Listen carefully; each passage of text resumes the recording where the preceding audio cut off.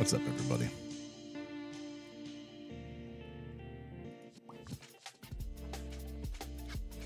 Welcome to the pre-stream.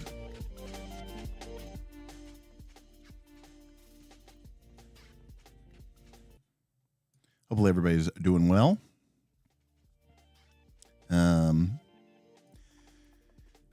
yeah, your Tuesday is going well.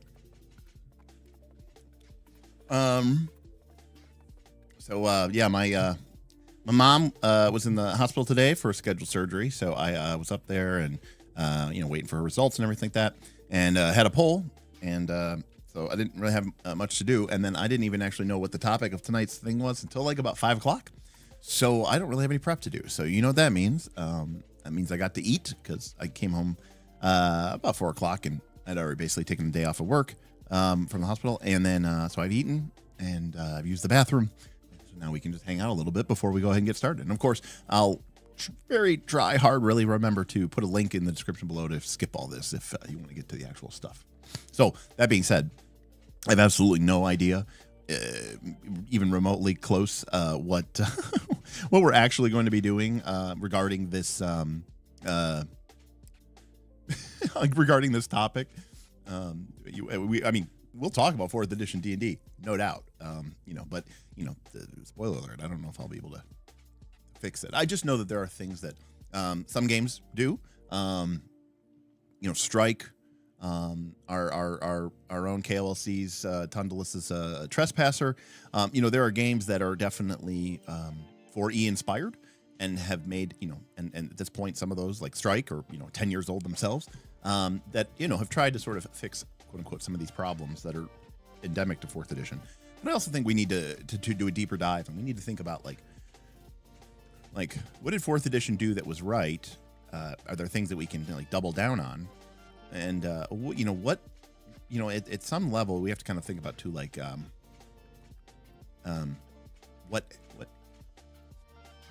why was it hated so much, and we need to look at that.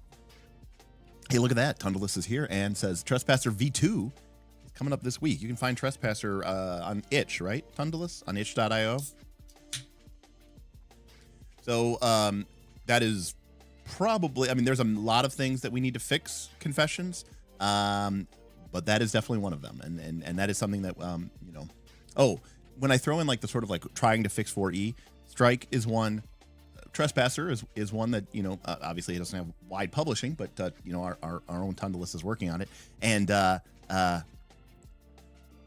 not to say that Tundalis is affiliated with Night's Last Call, it's just he's a patron, but also 13th Age, right? Because 13th Age was written right by Rob Heinsoe, so. But that's a big one. That's a huge one. Again, we'll save it for the 4E conversation, but there were a lot of fights. There's this infamous fight that occurred where, this is before they nerfed it. There used to be I'll tell the 4E story, but needless to say, alpha striking in the first round is problematic, for sure.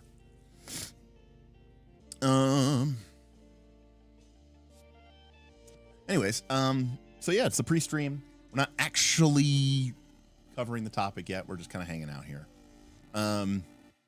So, hey, Scott. Nice, Scotty P. Good to see you.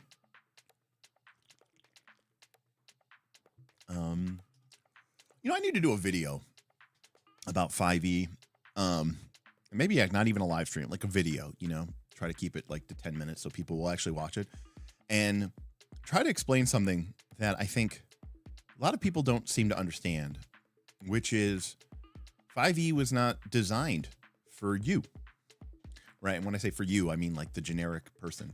5e was designed for me, actually, in a certain sense. I mean, I played 4th edition D&D, but, I was this kind of, D&D, lifelong D&D fan. And, I had played 4th edition, and then, when Essentials came out, it looked like 4th edition was kind of, on its dying gasps. And, there was, after playing it for 4 or 5 years, we were kind of over it. And, we went back to Pathfinder 1, and we just like, we kind of missed the old, the old stuff. And we never made that full transition to like OSR gaming. I mean, don't get me wrong. We had Adventure Conqueror King. We had Labyrinth Lord. We had OSRIC, OSRIC. We had, sword and wizardry. So we were in that space, and to my mind, I think Wizards of the Coast thought that's the audience, right? That's the core audience. You know, we tried to give the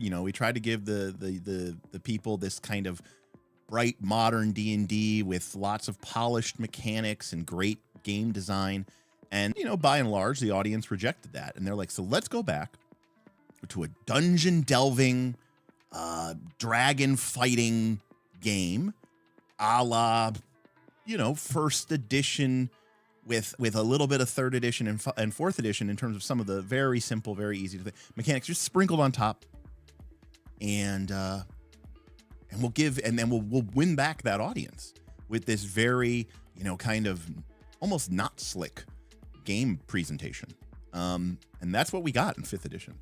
And so to that end, fifth edition was supposed to sort of like, win me back. And instead, fifth edition ended up being played by a ton of people who were, for the most part, not interested in dungeon exploration. They were not interested in, battling monsters and getting treasure. They were not interested in, or they were very interested in, you know, a robust, well-balanced, tactical combat RPG system. And 5e was none of those things because, you know, D&D was like, well, look, we kind of gave you that in fourth edition and the audience rejected it. So let's kind of make our game kind of, you know, our version, if you will, of the OSR. And that's what we got in fifth edition. So anyways, so in that respect, fifth edition, I think did, do some stuff. I don't know if 1,500 pages is a good thing. I already thought Axe was pretty long and pretty crazily deep in there too. There was some weird terminology in Axe that I also didn't like either, but it's not about Axe. But I did see on DriveThruRPG, I think Axe is one of the top sellers, or is the Axe 2 is the top seller. I don't know if they actually really did. I don't think it's like I don't think it's like actually a second edition though, right? It's just like a cleanup. Well, no, again, Alex, yes, we house ruled it. There's no doubt about that. But like my group, the Knights of Last Call group, where the shit is it? I moved all my stuff and now I don't know where I think I put it away. But here it is. We played last year. We played this. We played Into the Borderlands. And turn off the green screen here. There we go. We played Into the Borderlands, this is from Goodman Games, and this is 5th edition, right? Where is it? Got 5e sitting here on here somewhere. Big thing. I don't know. Anyways, there it is. A 5th edition conversion and a classic homage.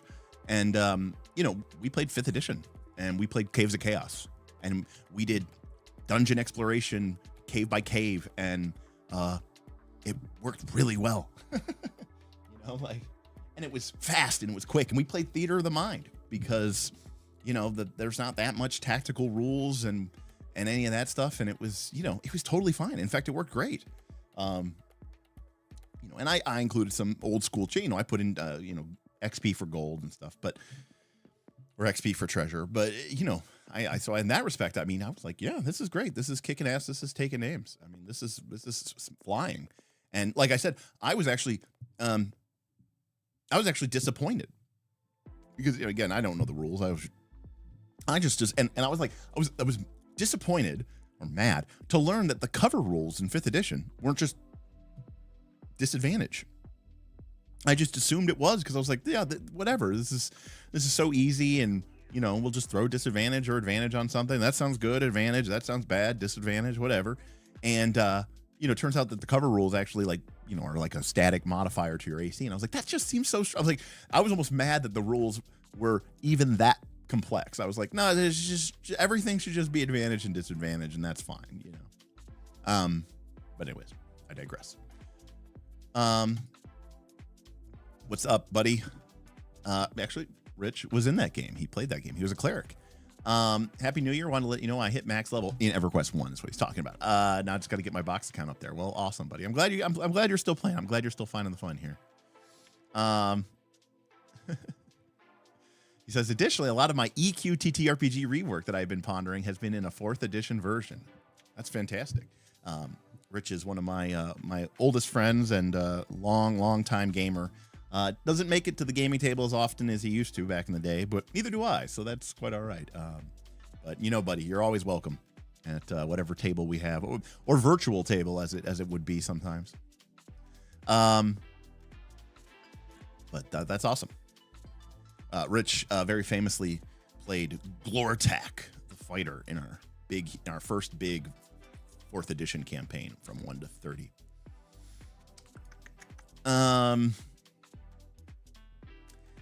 Yeah, I mean, I don't know why, but there it is. Hello, Mikey. What's up? So, by the way, we were talking about this the other day. I gotta get my pre-stream up. I don't have that saying here. So we've been kind of zooming in. I'm trying to figure out the layout, but for those of you who didn't watch, so I'm about to start a Torchbearer campaign, and Torchbearer uses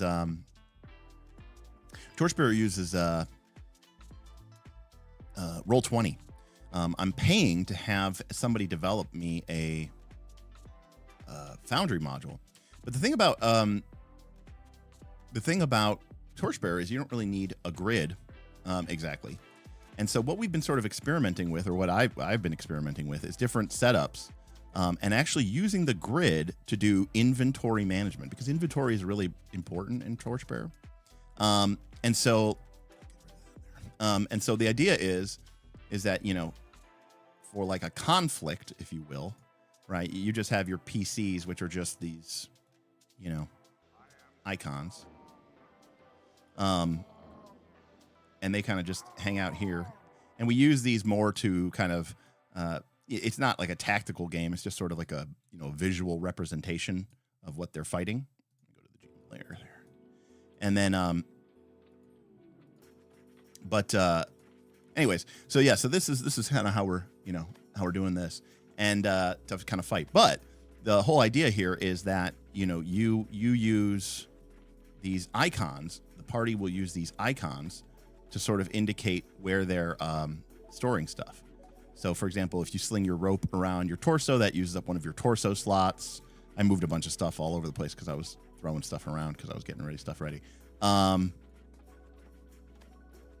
like, let's see here, like this. So like backpacks, for example, take up 2 slots, and there's like you can see here, torso 2. So it takes up 2 torso slots. So you have one, the main one, and then the sort of the grayed out one, because it takes 2 slots, right?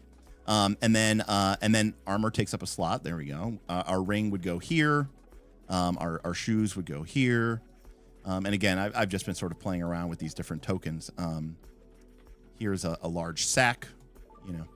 And then the thing about a large sack is like if we, and again, we're just messing around here, a character who has a backpack, right?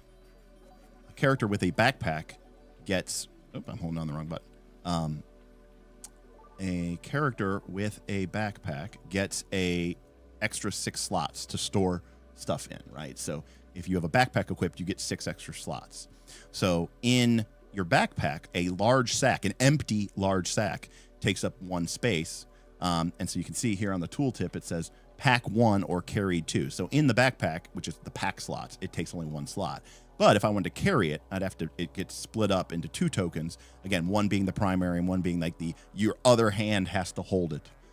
And I didn't really have like a good, I didn't really have a good thing, but like, because in Torchbearer, you have a slot for wearing things on your hand, like a glove or a ring. And then you have your sort of actual carried slots. So I just used like a sword and a shield to represent sort of your primary hand and your offhand. I don't actually know if I'm going to stick with those icons, but anyways, so now this character is not only wearing a backpack, but they're carrying a large sack. And again, you know, we would have real graphical elements for this stuff. And so what that would give them is that would give them an extra bag slot, which would look like the backpack slot. And now they could store a bunch of shit in their backpack, right? Like they could store torches and they could store rations, any of that stuff. They could store some more rope. And again, rope's one of those things that in a backpack, a rope takes up 2 slots. But if you put it around your torso, wrap it around your chest and your waist, it only takes up 1 slot. And then, but we could also store stuff, like I said, in this. And the best part about this is, because again, we don't need the grid, and the grid is only here because of the thing, but to help me with positioning. But the thing is like we don't need the grid to, do miniature combat because there's no tactical combat in Torchbearer. So instead, right, everybody can see, right, what everybody else has equipped. Because again, you only get these slots in Torchbearer. And even if you have a backpack equipped, you get 6 extra slots. So it's really not a lot of inventory, but inventory is very important. You want to know how many people, have food left and torches left. And so I think this will be a really interesting way for people to explore it. And of course, all these tokens are available for all players. So it's very easy to say like, hey, here, take my rope. And then, you can just literally drag it onto somebody else's torso slot if you want to, and just say, oh no, here, you can have it back. So it's very quick and seamless, and you can see, now you won't be able to see everybody's character sheet, but you will be able to see everybody's equipment, which I think is really, really interesting. Damien says, I don't really have, thank you for the member message there, Damien, 31 months from Mr. Williams, rocking his orange loyalty badge because he's been around forever. I don't really have a snarky use for this month, so hi, Derek. Hello, Damien. You still owe me a story path game first look. Someday. I mean, we're running out of stuff to do, so you may get me just through sheer attrition at this point, buddy. Okay.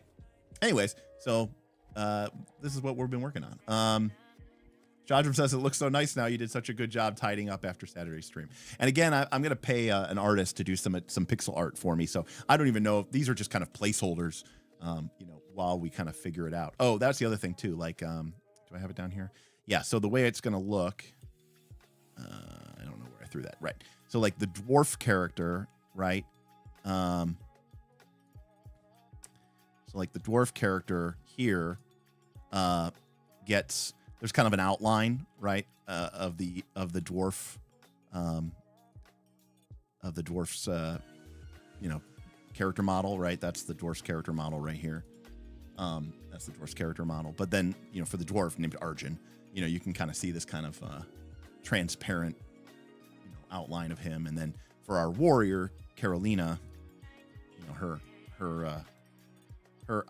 transparent icon or whatever would go kind of go here, so she's a little bit more from that perspective, just to kind of make it look like a little fun little thing. Graphical elements are fun. I mean, that's the thing about VTTs. It's like I think you lose a lot by not being in person, but you can have fun with this stuff and make this stuff kind of pop a little bit, and I think that's kind of cool.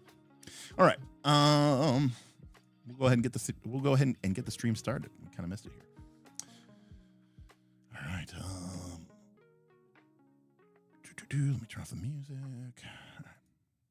And let's get ready to RPG. RPG! RPG! RPG! RPG! RPG! Hello, everybody. Welcome to the Knights of Last Call. My name is Derek Melinda, and if you were just watching that, you were just watching the pre-stream where we were kind of just hanging out and shooting the shit. But today is we're actually going to be talking about 4th edition D&D. I know, shocker. But, we actually haven't even talked about 4th edition D&D in a little while. And the patrons, we kind of, there was like a New Year's Eve live stream. We were kind of like shooting the shit about it a little bit. But the patrons voted, as they often do. We haven't really had much of a votes because we had such a busy December with all the guests on. So they got a chance to vote. They almost voted for me to look at The Dark Eye, which is a German role-playing game. But talking about 4th edition came in. And specifically, talking about the problems with 4th edition. And number one, identifying what are real problems, what are fake problems. And number two, thinking about like a world where if we were to redesign 4th edition, using what we know now, we know worked, what we know didn't work, and the modernization of gaming mechanics. How would we approach that, and what would we change? And some of this stuff might be personal opinion. I mean, it's all personal opinion, but some of this stuff might be fine. It's just a question of like, how would I want the game to operate and work better, and what are some of the core systemic problems? So I'm almost positive that this is going to be a whiteboard screen, whiteboard stream. So I'm gonna have my whiteboard out and ready. Yeah, I mean, it's hard to see, but hard to tell. But I do think that fourth edition has kind of experienced a little bit of a renaissance as it sort of distances itself from all the bad press and bad publicity that it experienced in its lifetime. But overall, I think the game itself was very well designed. And for as much as people complain about the poor design, of fifth edition, fourth edition worked really well. You may not have necessarily enjoyed the things that it spent its time developing, but it worked really well. It was a really well designed game. In a sense, there's some point to be made about Wizards of the Coast, Magic the Gathering always talks about like top-down design and bottom-up design. So like the idea is that like sometimes you make a set and you're designing, you're like, this is going to be our ancient Greek, Greek gods, Greek myth set. So you start with like themes and concepts, and then you develop mechanics that are going to support those ideas and those themes, right? We have an upcoming set for Magic the Gathering, Aether Drift, and it's a set that's being designed from this idea of racing and race cars. So you're coming at it from a theme perspective. You're coming at it from a feeling perspective. And then you design mechanics to support that theme. But there's also this idea of the inverse, which is how do we make a really great game? And maybe the theme we don't worry about as much. Now, this can be a problem because there are board games that exist that people will say, oh, the theme feels tacked on. The theme feels it's just bolted on, artificial.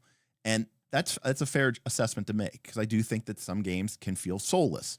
But D&D has always kind of been that to a certain extent because of its generic nature. That being said, fourth edition for me was a game where they really weren't coming at it from this perspective of we have to respect the sacred, we have this duty to D&D that we have to uphold and withhold. They basically came at it and said, knowing what we know about game mechanics and knowing what we know about the way that people interact and with our games and the way that people are playing, and at the time, what was the zeitgeist? What were people really getting into? Ignoring any of the our own internal baggage, of sacred cows and stuff. What's the best game that we can make that we think is for high playability?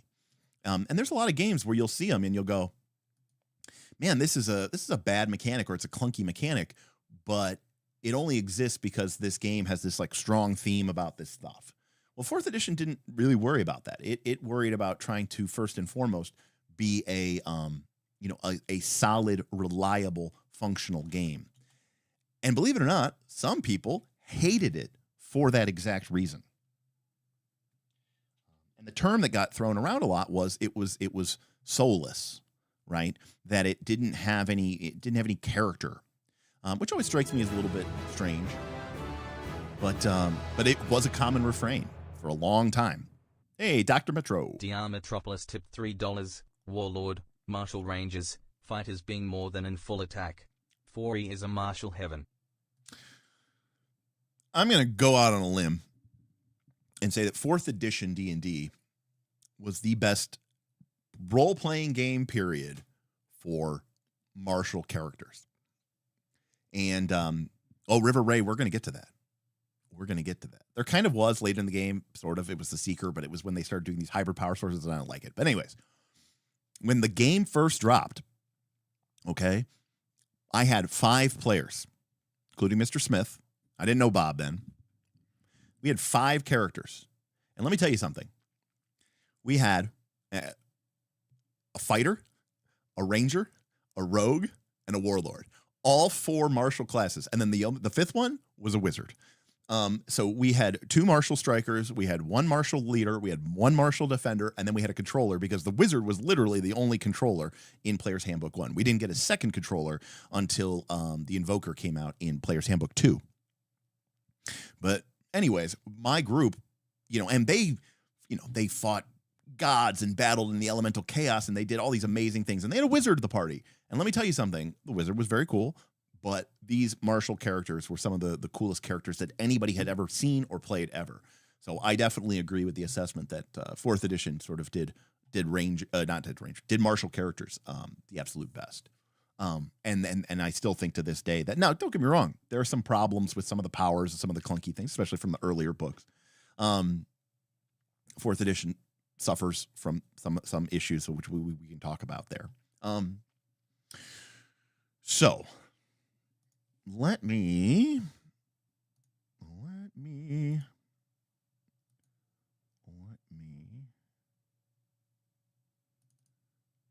bring up our favorite, your favorite, mine, the whiteboard. All right. So, it's been a while. Welcome back. Now, again, we don't really have like a stated objective here. I just kind of want to talk about some of the things and some of the perceptions that people have about the game. And, some of them I think are, reasonable complaints to be made about the game. I'm going to change my Wacom tablet here real quick. I think some of these are reasonable complaints about the game, but other ones I think represent sort of a problem. And I think it represents sort of a fundamental flaw of understanding how the game is supposed to operate and how it actually does operate. So, and so again, we may jump all over the place. We may go here, we may go there. But so the first thing that I want to address, okay, so point number 1, let me get a little bit thicker line here. So point number 1, and let's start with the big one here, okay, which is, because again, some of these are myths. All right, you can't role play in 4E. Okay, so this, okay, is horseshit. Okay, this is debunked. Because number 1, I don't even know what the fuck that means, all right? That is the most meaningless statement of all time, because role-playing, now you might say, well, Derek, there's no mechanical reinforcement of role-playing in the game. And to that end, I think you're correct. It's not, it doesn't have fate points. You can't be compelled with a negative trait. But, newsflash, none of the games that people are playing do that. Some of the games that might be on the shelf, some of the games that I enjoy might do that. Fate does that, right? Certain aspects of Powered by the Apocalypse might do that, or Blades in the Dark might do that. But D&D, by and large, doesn't do that. In fact, D&D 5th edition kind of tried to do this. With ideals and flaws and bonds, and if you do the thing, you get the inspiration, right? That was them kind of trying to do a fate-esque type thing. And from my experience, I was shocked to learn this, because I was out of the 5e infrastructure for a long time. And then people said, well, we don't even use those. So it was like, okay. So now Anons brings up a more interesting. So it means you can't engage the narrative aspects when the entire session is taken up with combat. So now, not to kind of get off on a tangent, but I think this is an important thing to note, which is 2, combats take too long. And again, I think this is true, but misunderstood. And we will talk about this. But I do think that there is something to be said about what Anon was just saying. Thank you, Fooster. Fooster, with a massive $20 super chat, says, anytime you want to talk about 4E D&D, I am down. All right. So you know what? Just because of for effectiveness, because our super chat goal is technically tied to screwing over. I'll switch it over here from the one tip goal to the other one because it's mostly a trivial and pointless thing, but it looks better if we swap it. But thank you.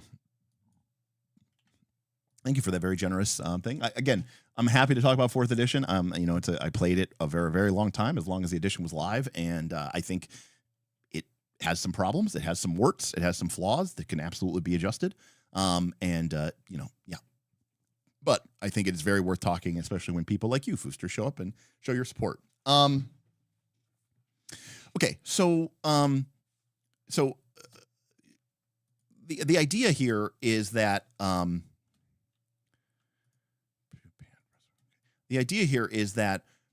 the combats are taking too long, so you don't have time to do anything else. Okay.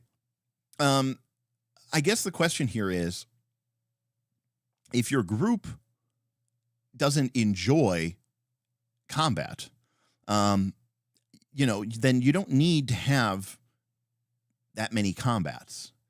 And I guess what I'm saying is, like, combat in, maybe my perspective is a bit different because I played games like, Dungeon World, and I've played other games. But if you're playing a grid-based tactical miniature combat game, which is what all these games are, then your combat by definition is taking too long. Now, I do think 4th edition combats did take too long because of some other systemic issues. But the idea that like, so for example, if you went into a D&D 5e session or a Pathfinder 2nd edition session, and your GM had a fight, and then they had another fight, and they had another fight, and they had another fight, and you had 4 fights, and it took 2.5 hours and left very little time for doing anything else, you would say, well, you can't role play. But I think the problem is, understanding from my perspective, role-playing occurs at all stages, at all points of the game. The game is a role-playing game. Engaging with it, by definition, means that you are role-playing. Furthermore, role-playing games, the idea that you can only role-play when you're not in combat, I think is part of the reason why people have this weird obsession with compartmentalizing combat in D&D. And I think that's a great mistake. I think that's a great travesty. And some of the best role-playing I've ever seen has occurred inside of combat. And I don't mean fake accents and bad character dialogue, okay? I just mean, gripping descriptions, amazing storytelling, some incredible actions that would have looked awesome on a movie screen. That, to me, is what role-playing is about, right? It's about creating these shared experiences. It's about creating these shared stories. So the idea is that you should be taking every effort at all times to bring the game to life, whether it's in combat or not. Now, if role-playing means sitting around in a tavern and talking about the weather, okay, fair enough. But I can promise you that has nothing to do with 4th edition or 5th edition or 3rd edition. That has to do with the pacing of your game, what your GM wants to do, and quite frankly, what the adventure is full of. I've read through some of these 5th edition adventures or 3rd edition adventures, and they're full of combats. They're full of combats endlessly to the nth degree, does that mean that those games you can't role play? No, absolutely not. It's something that you should be doing at all times. And I don't think that just because you're not talking to an NPC that you're not role playing. So number one. Number two, there's nothing in 4th edition that says that you can't talk to NPCs. Now, to address Anand's very legitimate concern, if you have a couple of hours in your session and you want to have some combats in your gaming session, but you only want those combats, maybe, a couple, maybe 3 combats or something and in your 3-hour session, you want those 3 combats to take less than, say, an hour total, then 4th edition is going to be a problem. All right. Now, I argue that Pathfinder 2 would be a problem. For third edition D&D might be a problem. A lot of games might be a problem that use grid-based miniatures and have to set everything up. And, you know, I don't know about you, but I played 4th edition in person. You know, there was a lot of loading, please wait, as I would draw on a dry erase thing, the different, you know, rooms and terrain, and get the miniatures out and find the right miniatures. And, okay, guys, this weird spider thing is a drider. And then, you know, put that down. So, you know, that's part of the charm of the game.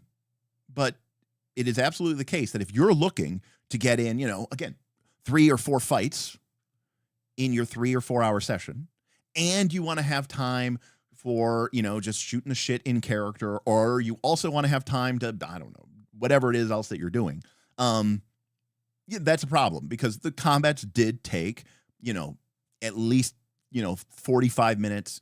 I would say they were between 30 minutes to 40 minutes, 45 minutes, assuming you know the game and you know how it works and you know your party. 30 to 45 minutes at heroic tier, 45 minutes to an hour, or an hour, maybe an hour, 10 minutes at paragon tier, and at epic tier, 21 to 30. You know, I think you could eat minimum of an hour, and it was fairly easy to push into 90 minutes potentially. And so, you know, that's the key point. Okay. So that's the first thing. All right.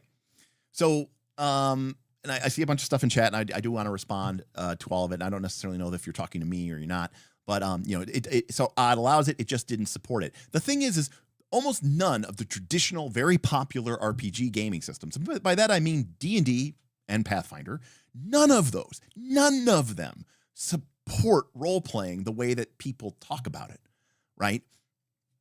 Like, there's nothing in Pathfinder 2, there's nothing in D&D that, you know, supports your character being, you know, this, you know, incredibly supportive, you know, person, right? It's crazy. Hey, Mark's Mayhem. No membership gifting? I have no idea, Mark's. Maybe YouTube hates me and they don't want me to do it. Anyway, here's some support for great work. I will now return to lurker status. Also, please put these funds on the tip bar for E-Revival. Mark, thank you so much. Yeah, no sub gifting. I don't know. Maybe that's something that you have to turn on or something like that. I love that people are throwing the support and they're like, but you gotta switch it over. You gotta switch it over. It's no good. It's no good. Thank you so much for that. That's very awesome.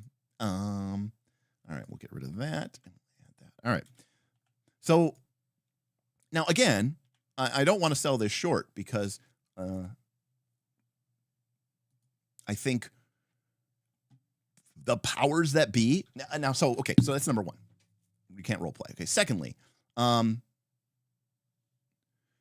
you're right. Conversely, the folks who enjoyed engaging the tactical aspects would often get frustrated with those who wasted time with the narrative aspects. Anon, you're absolutely correct. And you are 100% correct. And I mean, I think that's probably still a problem today. If I were to put together a 5e group, and I have one group of people who are out there, you know, reading Treant Monk's, you know, guide to building a combat polearm master wizard, or whatever the hell the goat now in 2024, and they really just want to get into fights, and they're really concerned about balance. And the other people of like, only they love Critical Role, they love Dimension 20, and they just want to you know, basically kind of play act, and they really want to, you know, get into their character, and they really want to talk in character, and they really want to, like, you know, meet NPCs and deal with interesting personalities and sort of really experience this lived in feeling of a world. If I put all those people into a 5e game, you're going to have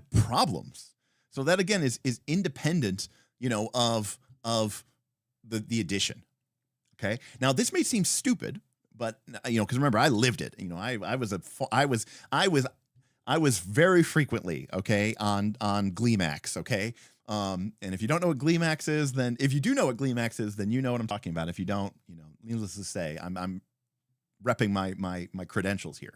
I spent a lot of time on Gleemax and during the 4E era, and believe it or not, Roll for Combat was on Gleemax. So it's very hard for me not to say Gleemox, because they made a Magic the Gathering card called the Gleemox, and it's a Moxen that is all 5 colors at once. Anyways, Another thing that came up, believe it or not, this came up a lot in 4th edition, which was people saying, it doesn't support, it's only a combat game. And we're like, okay, but why? They're like, because you have powers and abilities. And we're like, okay, but you had powers and abilities in 3rd edition. They were called feats. They were called spells. You have those in 5th edition. You had those in 2nd edition. They were called weapon specialization. They were called backstab. So you always had these special abilities, okay? And they're like, okay.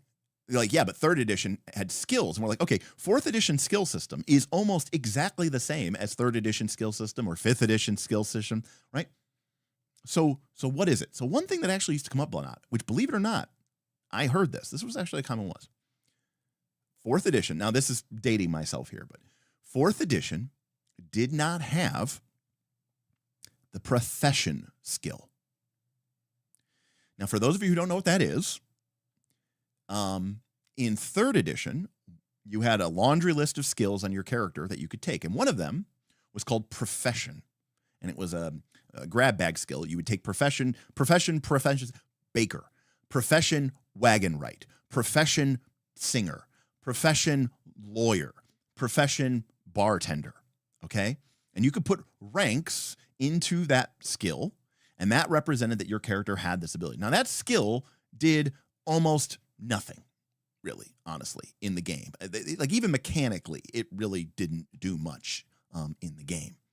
But what I think people, Damien says, it's a skill so unused in Pathfinder 1, which also, by the way, imported profession, that it got an extra rule just to get people to try to use them.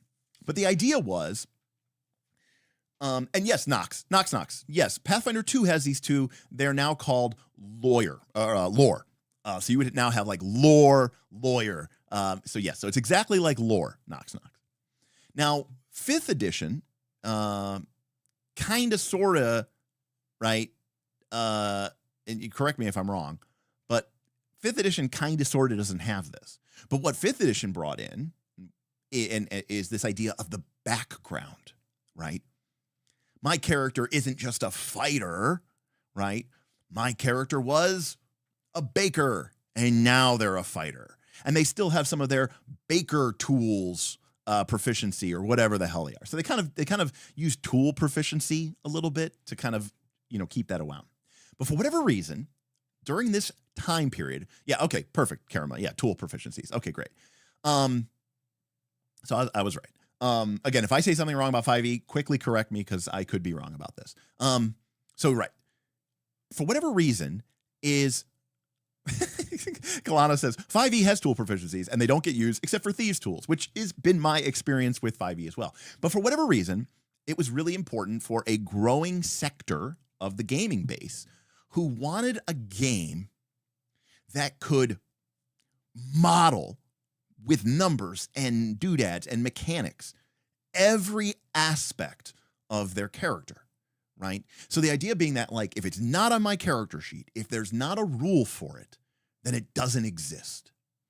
And so the idea, when you got to, and they even talked about this. I want to say they talked about this in one of the Wizards. Wizards Presents books.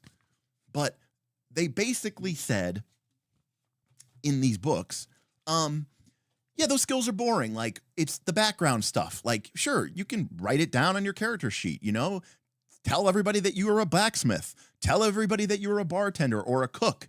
It doesn't matter. It's not going to mechanically, it wasn't really making a big difference in Pathfinder 1 or 3rd edition, and it's not really going to make a big difference in 4th edition. Why do we need mechanics for something like that? It sort of doesn't exist. Well, people saw 4th edition and they said, look, there's no profession skill. There's no background baker. That means that the game doesn't care about my background. And they're correct. The game system does not care mechanically that your character was a baker or a lawyer or whatever. Now, the game was never saying you can't be that, but there were people who looked at that, and essentially the game 15 years ago was saying what Brennan Lee Mulligan said the other month or whatever. It was a couple months ago, right? He said this thing equivalent to, I don't need rule sets to handle the stuff that I can just handle on my own, right? I need a rule set that can handle combat, make combat cool and interesting, because I can't just make that up. All right. So he ignores those parts and he puts those points in. So for whatever reason, can you imagine if they had to have rules for being a baker or a basket maker? I mean, they kind of do, Shadram, right? That's the profession skill. That's the lore skill from Pathfinder 2. Now, you're right. Fighting against human nature is a losing battle. But here's why that's bullshit. I'm not being mad at you, Derek. I think you're right. First edition AD&D did not have the profession skill. They did not have backgrounds that you choose your character, right? Second edition, right, had an optional rule for secondary skills that you randomly roll on a table. And it was just like miscellaneous things that your character could also do. But it didn't have any sort of, profession baker type thing. This basically came out in third edition, and people said, this is the way that the game has to be now for all time. Because third edition, like, really just highlighted this idea, I think. Before third edition, man, we're not even going to get to fourth edition today, are we? First edition and second edition were first and foremost get D&D games, and they were about making adventurers who go into dungeons and fight dragons and fight goblins and fight undead and get treasure and save the day. Third edition had this robust approach because of the way that the D20 system worked, where everything follows this core set of rules that created this generation of gamers who felt like the game world was this simulationist physics engine. And if it wasn't represented in the simulationist physics engines, it was analogous to saying it doesn't exist. And so we ended up in a world where we had this population of people who viewed and felt like RPGs were that way. And so when fourth edition came out, people viewed it very negatively. Now, again, people here in chat, I don't know how many people we have. I feel like we have a lot because I see some new voices. I see some new people. I'll even do a poll. Yeah, we got 134. I will be the first to cop up to this. Okay. D&D 5e, this idea has been around for a long time, but 5e is really the game when they first started talking about the 3 pillars, right? Okay. Right. Exploration, social, and combat. I'm not going to lie. Exploration in 4th edition D&D, not great. But you know what? For all the people out there who are playing with your RPGs, now my group has kind of an old school soul, and we love tracking Torchlight, and we love the old D&D 10-minute turns and random encounters. My guess is that for a lot of people who started playing in the 2000s, okay, and people who've been playing for the last 20 years, my guess is most of you probably hand wave exploration. Like, you don't care about it.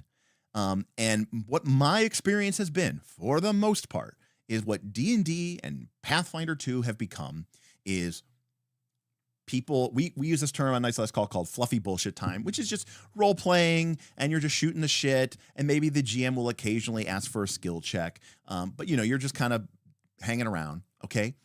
And super literal, like just super tactical miniature combat, right? And you just sit there and you play, and then when that fight's over, hey, we can role play, we'll be in character again, and nothing matters, and we're not really using mechanics, and we're just sort of feeling it out. And then a fight starts, and it's like a total tone shift.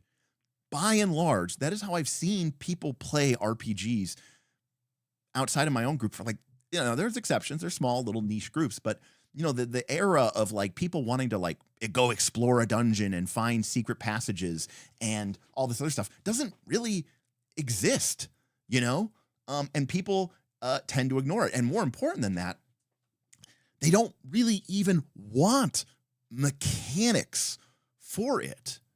Okay. They don't want to mechanize this process of the game. So, 4th edition definitely did not do that, because it said, hey, look, we're looking at how you people play the game. And it seems like all you guys really want is a kick-ass combat system and kind of to stay out of the rest. And that's what they gave people. And people are like, this sucks. But then that's immediately how people have been playing Pathfinder 1 and Pathfinder 2 and 5th edition D&D by and large, for a long time. Now, Dr. Waits brings up a good point. Again, I'm so sorry. There's so many great points being made in chat, and I'm so sorry I can't talk to all of it. But, modern F20 is character and story, even PF2, and I would agree with you. The focus has really shifted, and the DNA of the game has not, okay? And I think that 4th edition D&D, just came at this really, weird time. Now, moving back. People said, what would mechanical support of exploration even look like? Well, Anon, one way it might look like is a skill challenge. And 4th edition D&D is the addition of D20 trad fantasy. I'm talking Pathfinder. I'm talking, D&D. It is the version of Dungeons and Dragons, or its, close cousin, that has historically, to date, supported non-combat encounters the most because of the skill challenge system. Okay? Pathfinder, much later on, came out with their victory point system, which was just a rehash of the skill challenge system. But now, did skill challenges have flaws? Yes. Did they try to fix them? Yes. Were they successful? No. Did they try to fix them again? Yes. Were those changes successful? Maybe. I'm not saying that they got it right. What I am saying is that 4th edition is the version of D&D that has the most mechanical system support for non-combat encounters out of any version of Dungeons & Dragons, including Pathfinder. There are powers and abilities and feats which are very clearly dedicated to these non-combat encounters. Now, I'm going to say something else. Because again, this is all kind of tied to this idea of role-playing in 4th edition. And I apologize because we're just kind of going off on here on a tangent. Believe it or not, 4th edition had this radical idea. And this is something that doesn't actually strike me as being that radical when I've seen the way that people react and respond. We're getting into gamer psychology here. I mean, look, we're getting some great support. We've got a lot of people in chat. If we don't get to everything today, because I just want to do like the quick list, right? Which is, alpha striking is a problem. 15-minute adventuring day is a problem. Some of the nonsensical mechanics, modifier stacking is a problem. I'm trying to think of other things. The treasure scaling all I have to say is astral diamonds and 1.8 million GP for your sword. That was a problem. Combats could take too long, and it's not an issue of them taking too long. It's just that they would start to drag because of hit point bloat, especially the early monster math. They didn't do enough damage to be threatening. Obviously Dragon Magazine powers were by and large worthless and garbage because they were literally never play tested. They were just published. Skill challenges had a variety of structural issues. People complained that the classes played the same. I don't think that is correct. That being said, I do think there's an opportunity to improve that there by making the power sources feel different than the other power sources. Yada, yada, yada. So there are 4th edition problems. There's more 4th edition problems. And we'll get to those. I just really want to kind of talk about some of the underlying psychology and some of the problem. Okay. So what I want to say here, maybe I need to draw this on my thing. Look, I was talking for so long too. So, I have Windows Ink turned on. No. Okay, there we go. Windows Ink is the devil. So, thank you. What is this here? Alt W1. Okay. So I've noticed this thing where there are people.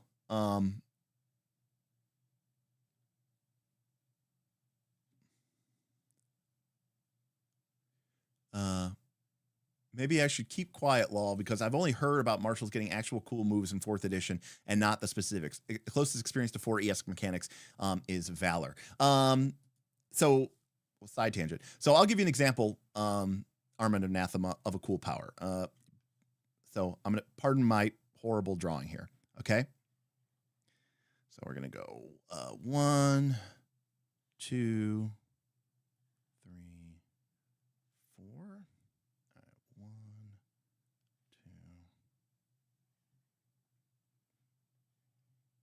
Okay, so this is a 5x5 square grid. Okay, and imagine that in the middle of it, we have our fighter. Now, fighters had a role, a job to perform in 5th edition or 4th edition, which is called Defender. Their job was to keep the enemy tied up, make them want to attack them, make them not want to attack their other party members, and punish them if they did, right? Keep them sort of, sorry, it's a square. Keep them stuck to them. Well, fighters got a power. They got it at 7th level. And before you think, oh, that's like a really far way away, remember, D&D went to 4th edition, went to 30th level. So 7th level is kind of equivalent to like, maybe 5th level, 4th level in D&D. They had a power called Come and Get It. Okay. This was a close burst 2. And what this meant is it affected every square out to 2 squares away from the fighter. And we don't worry about counting diagonals weirdly in 4th edition. Diagonals are just 1 point. You could argue that's one of the things that was also kind of wonky. So it would affect every enemy, okay, inside of these, inside of this area, okay? And what the effect of the power did, if we look at it, is it first says effect. It doesn't say attack roll. It doesn't say anything. It says effect. Pull every foe up to 2 squares. So pull meant you can move a creature and had to be moving closer to you. So what that means is if an enemy was here and an enemy was here and an enemy was here and an enemy was here and an enemy was here, right? You would go 1, 2, move that enemy to here. This guy would go 1. Now he's as close as he can be. You can't pull him any further. 1, this guy would move to here. Boom, this guy would move to here or here. Okay, so now we've moved in all of the enemies. They are now next to us. By the way, there was no dice roll for this. This happens automatically. They cannot resist this. All right. Then it says then attack everyone next to you. Okay. And the way that this worked is this is called a close burst 1. That means every square next to you. You would make an attack roll. Now, the good news about a fighter is hit or miss.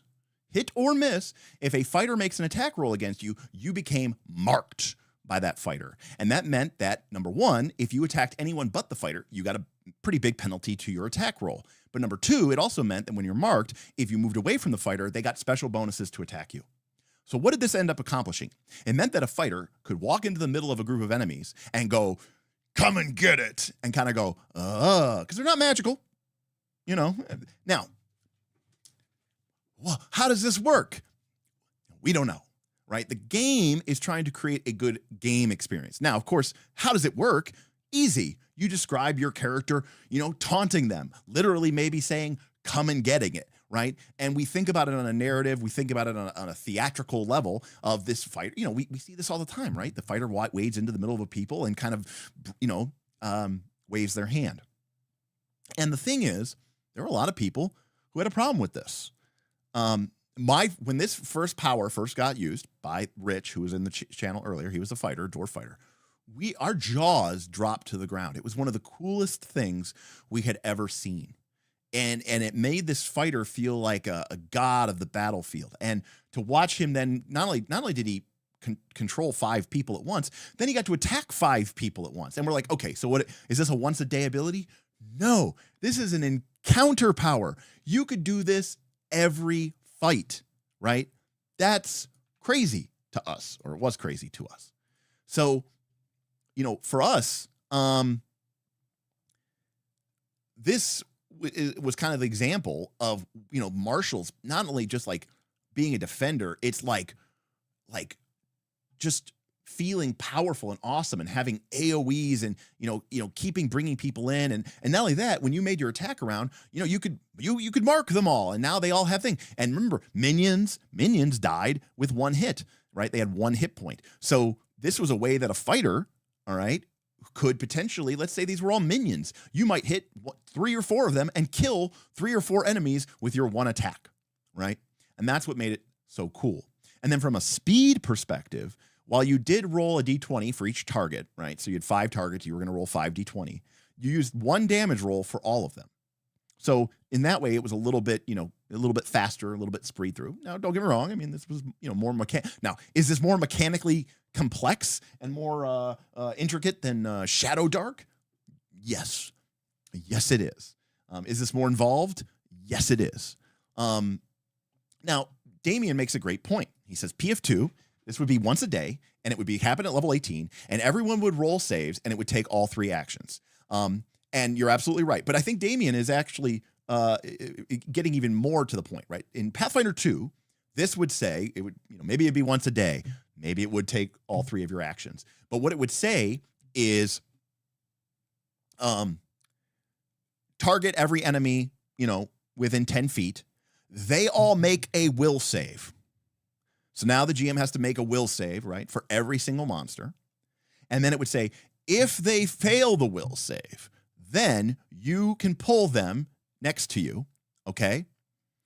Then you can make an attack roll. You're going to make 5 attack rolls, 5 damage rolls against everybody. Don't increase your multiple attack penalty to the end, yada, yada, yada. Now, so this is a 4E thing here, but let me actually specifically carve out for you this exact turn sequence. Okay, the character in question was Glortak. It was a dwarf fighter, level 7. Now, in 4th edition, you have a standard action, you have a move action, and you have a minor action. And you get all 3 of these on your turn. Technically, you also have an immediate action, but I'm ignoring that for a moment.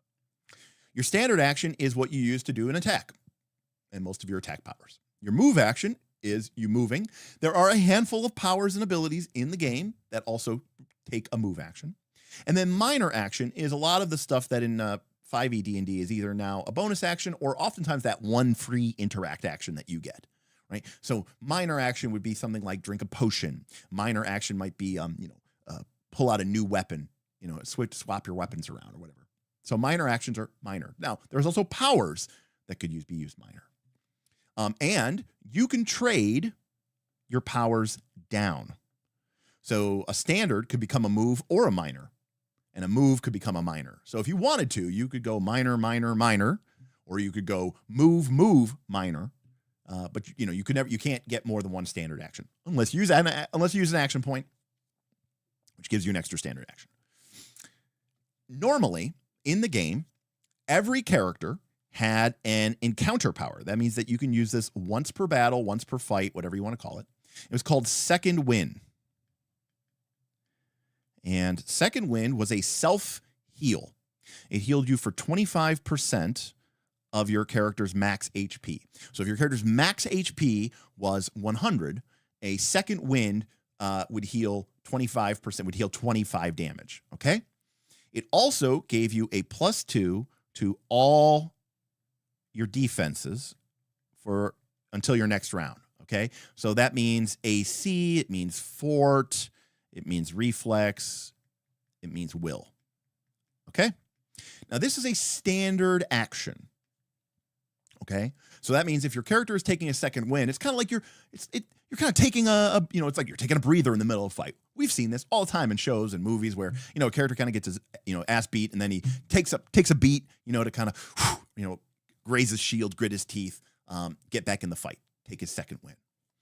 But it does take your standard action, so you can't, do anything. And then, you just healed yourself. Okay. So you get +2 to all defenses. So, kind of gives you not like, because the worst thing that happens, we've all been here before, right? This is what I'm talking about when I said 4th edition is trying to solve play pattern issues. Tell me if this has happened to you. You get healed, you're excited, and then something hits you immediately and you're back down to the same hit points you were before you got healed, or maybe even lower. And you think, I shouldn't have healed. I should have just kept attacking. This was stupid, right? That happens all the time, especially if you're like self-healing, because it's not going to be as powerful as like a cleric's heal or something. If you're drinking a potion, you spend your whole turn pulling out a potion to heal, and then you just get hit, and now you're down, you're down more hit points than you would if you had just kept swinging your sword. The idea of second wind was after people take the turn off to restore their hit points, it feels really bad if by the time your next turn starts, you are at lower hit points than you were before, right? So they give you this bonus to all of your defenses to ensure that after you just healed yourself and took your turn off, you didn't get to do your cool, power, your cool attack, your cool spell, your cool prayer, that you can keep your defenses high. Okay, so it's an encounter power, and it's +2 to all defenses, and it lets you heal for 25%. But every race in 4th edition had a racial power, and the dwarves was that they could do this second win action as a minor action. So the actual play sequence of events was as follows. Glortek the fighter used a move action. Well, actually, let me rephrase it. Glortek the fighter started his turn with a minor action. So Glortek the fighter started here. He started his turn with a minor action to heal himself, to put himself near full hit points, and to raise his armor class. He then moved into position so that he could hit all 5 of these enemies with his come and get it close burst 2. However, he did provoke maybe 1, maybe 2 opportunity attacks during this move, but his armor class, already high, was even higher because of his second wind. These attacks missed. He then used his standard action to do come and get it, an irresistible AoE pull-in that moved all 5 enemies into base-to-base combat with the fighter. Then he attacked all of them. Then he marked all of them, meaning that if they move away from him, he is not only going to make an attack of opportunity against them and hurt them, but because he's a fighter, he could even potentially make them waste their action by stopping them. And if they did manage to get away and not attack, and they did attack someone else in the party, they'll have a -2 penalty to attack that person. So even if they do all that and take a bunch of damage, they're going to get it. So they're probably going to attack the fighter, which is what the goal was, whose AC is still 2 points higher for the entire duration of these monsters' rounds. And this was just one turn from one character. Now, was that awesome? I think so. And this is just one example of one power being used one time, okay? And, to be clear, as we got more evolved in the game, okay, what you might have seen happen is that before Glortek went and did this big, huge thing here, okay, right?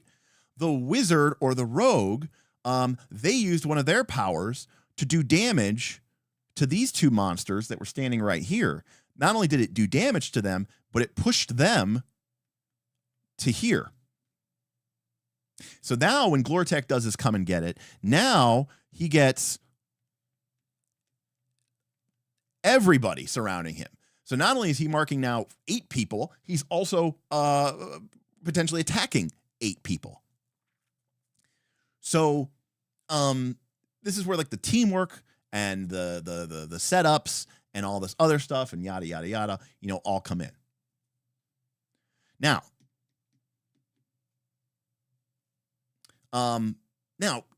doing that, did that take time? Yeah. So the question about the second option, combat's taking too long, I think is really more of a problem of combats can't really take too long. Combats can only be boring or not. Now, if you're not interested in fighting, then it doesn't matter how good the combat system is, it's going to be boring to you because you don't like it. If you only have 3 or 4 hours for a game session and you're not really a big fan of tactical miniatures combat, then you want them to take 10 minutes or less. In fact, you probably don't even want to be playing tactical miniature combat. But if you do like tactical miniature combat, then this is great. However, 4th edition did have a problem, which is that, and we've drawn this graph before on this channel, where at the beginning of a fight, okay, round 1 of a combat, the tension, right? The tension is very high, okay? All the monsters are there with all their cool abilities, all right? And you, as a party member, are feeling fully loaded up. You have all of your coolest powers locked and loaded, ready to go. You're ready to use your big, cool, powerful moves. Well, cut to a couple turns later. You've used all your really cool, awesome powers, and it worked. It was very effective. You killed a bunch of the enemies, or fucked them up, or they're trapped in a web, or they're on fire, stuck at the bottom of an imaginary well, or they got crit by the rogue on a sneak attack from a daily power, and they just got instantly obliterated. And where there was once 5 people, now there's only 3 enemies. Also, all your really cool, awesome, fun, powerful abilities, you used them. So now you're down to your abilities that you don't like as much. You're down to your, in 5e or Pathfinder 2, we would just say that you're just, striking, or you're just making a basic attack, right? And it's funny that we this is like the default action in Pathfinder 2, which is I strike.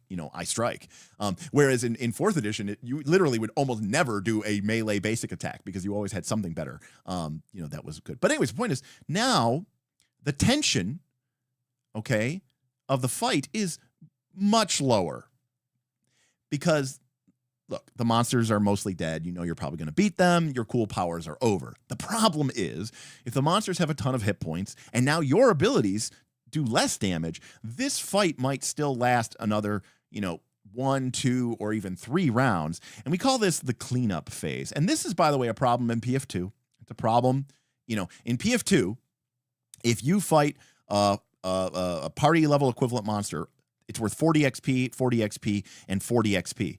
This is a severe encounter, right? And for a lot of groups, that's actually a really scary fight, for a lot of groups.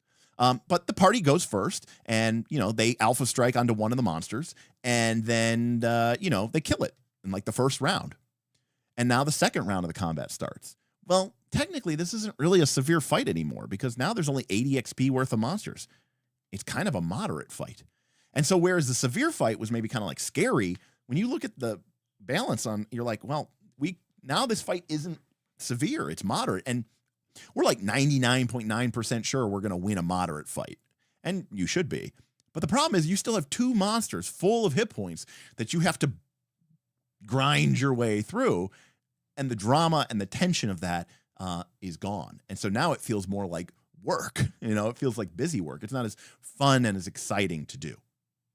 So this is a problem that 4th edition, in my personal opinion, did suffer from because you had every incentive to alpha strike in the first turn, right? You had every incentive to try to use your very best abilities right off the bat, your most powerful abilities, your most debilitating things. Think about Voltron, or Power Rangers, or whatever the equivalent is for younger people.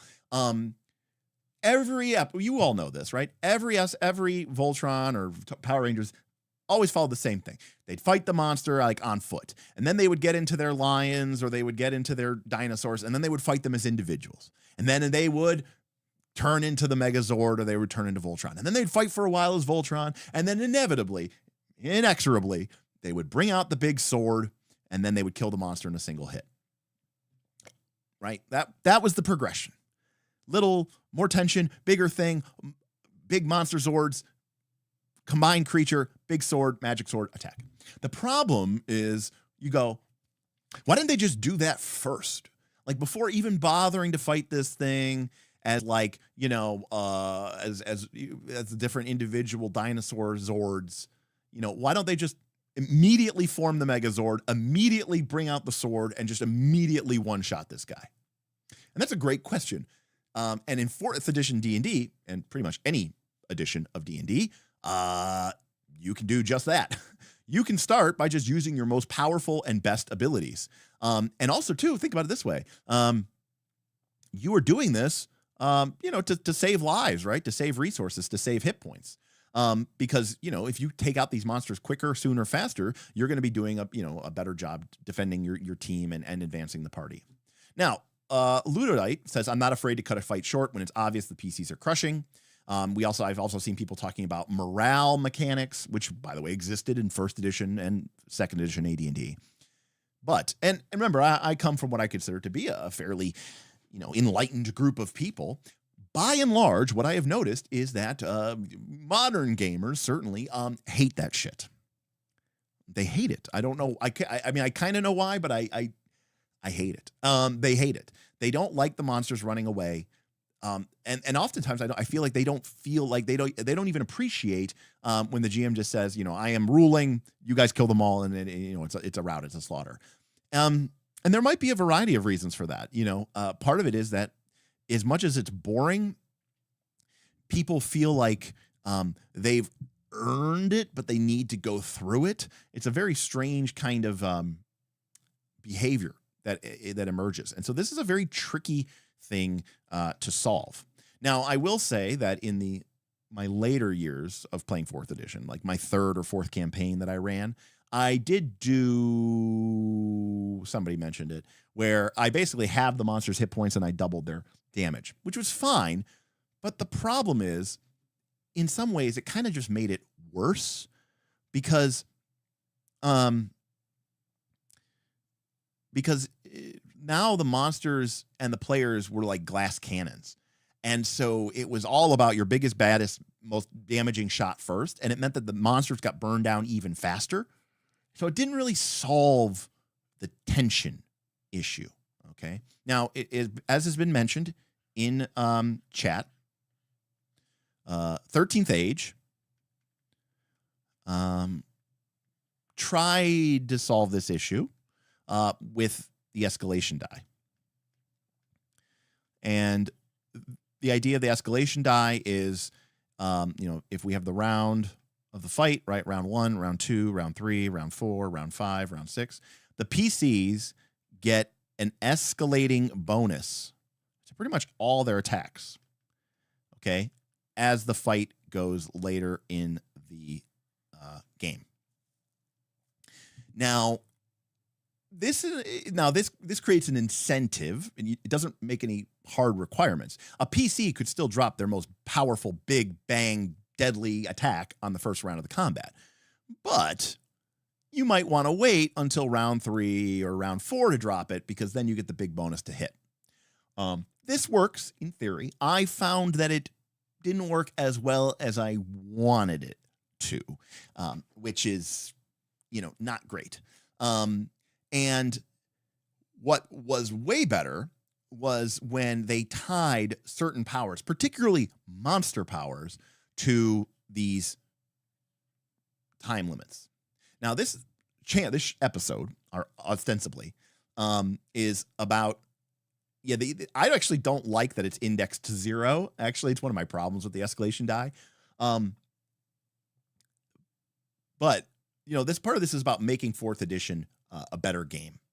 And part of this, though, we have to ask this question, okay, about what does 4th edition D&D mean to us? And what does it mean to the people who enjoy it? And what does it mean to make it better? Because let me tell you something about the escalation die. A lot of the people who hated 4th edition also hate the escalation die. Because what is the escalation die? Explain it in the world, in the fiction, in the simulation, right? What does this represent? What does this mean? Point to the thing. And one thing I've learned is that gamers, people who identify as gamers, okay, gamers of the RPGer persuasion,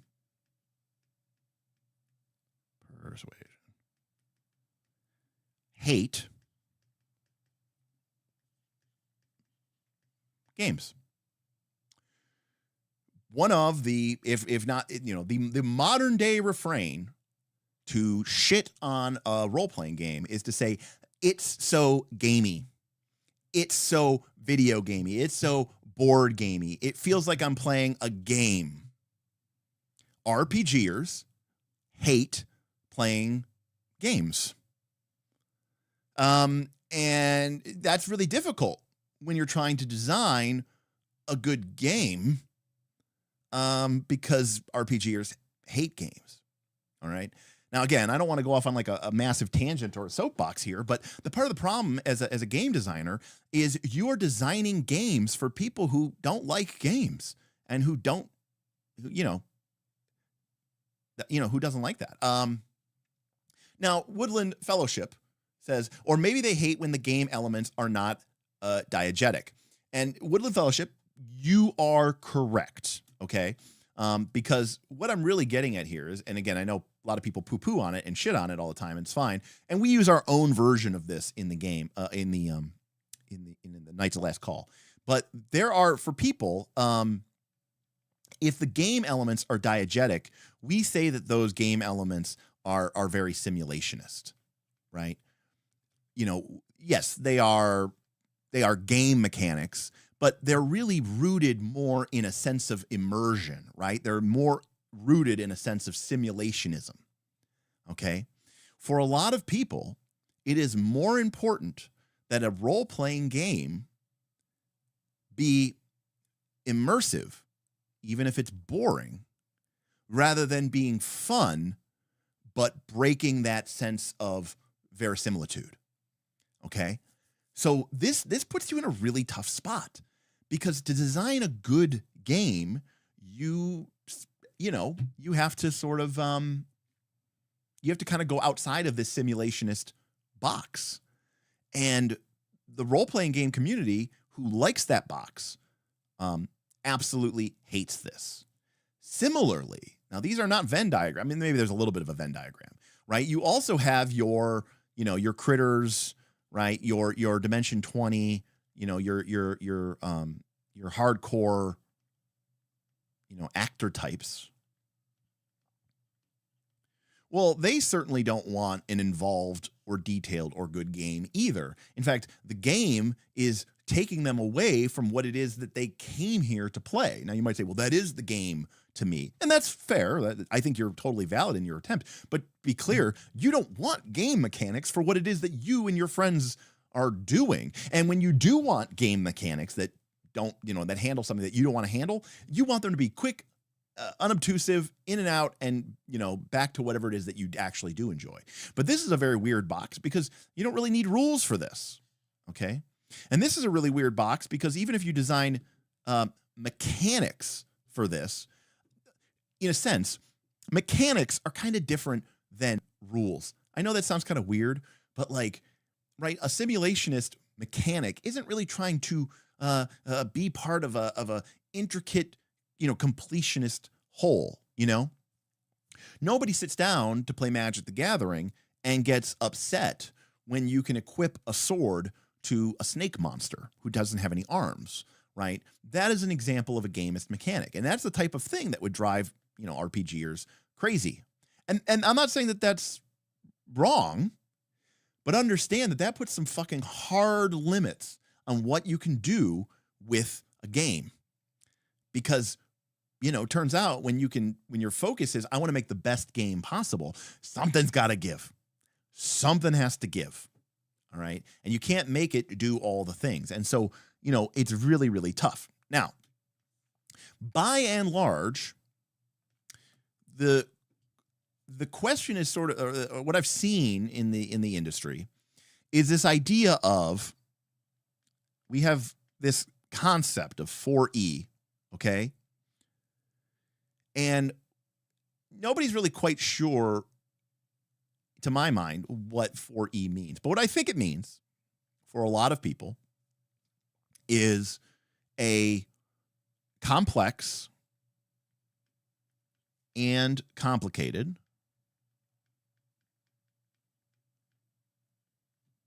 combat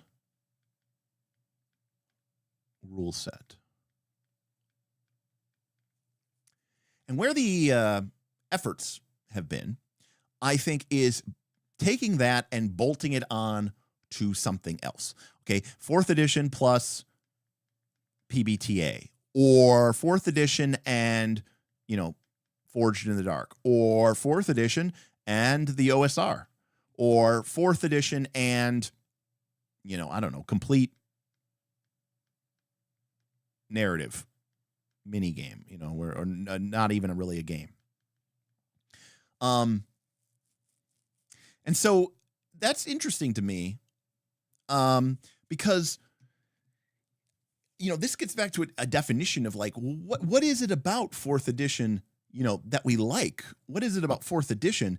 Yeah, right. Lancer, Beacon, Icon, Strike, right? These are all games that have taken these other concepts and applied them to 4th edition.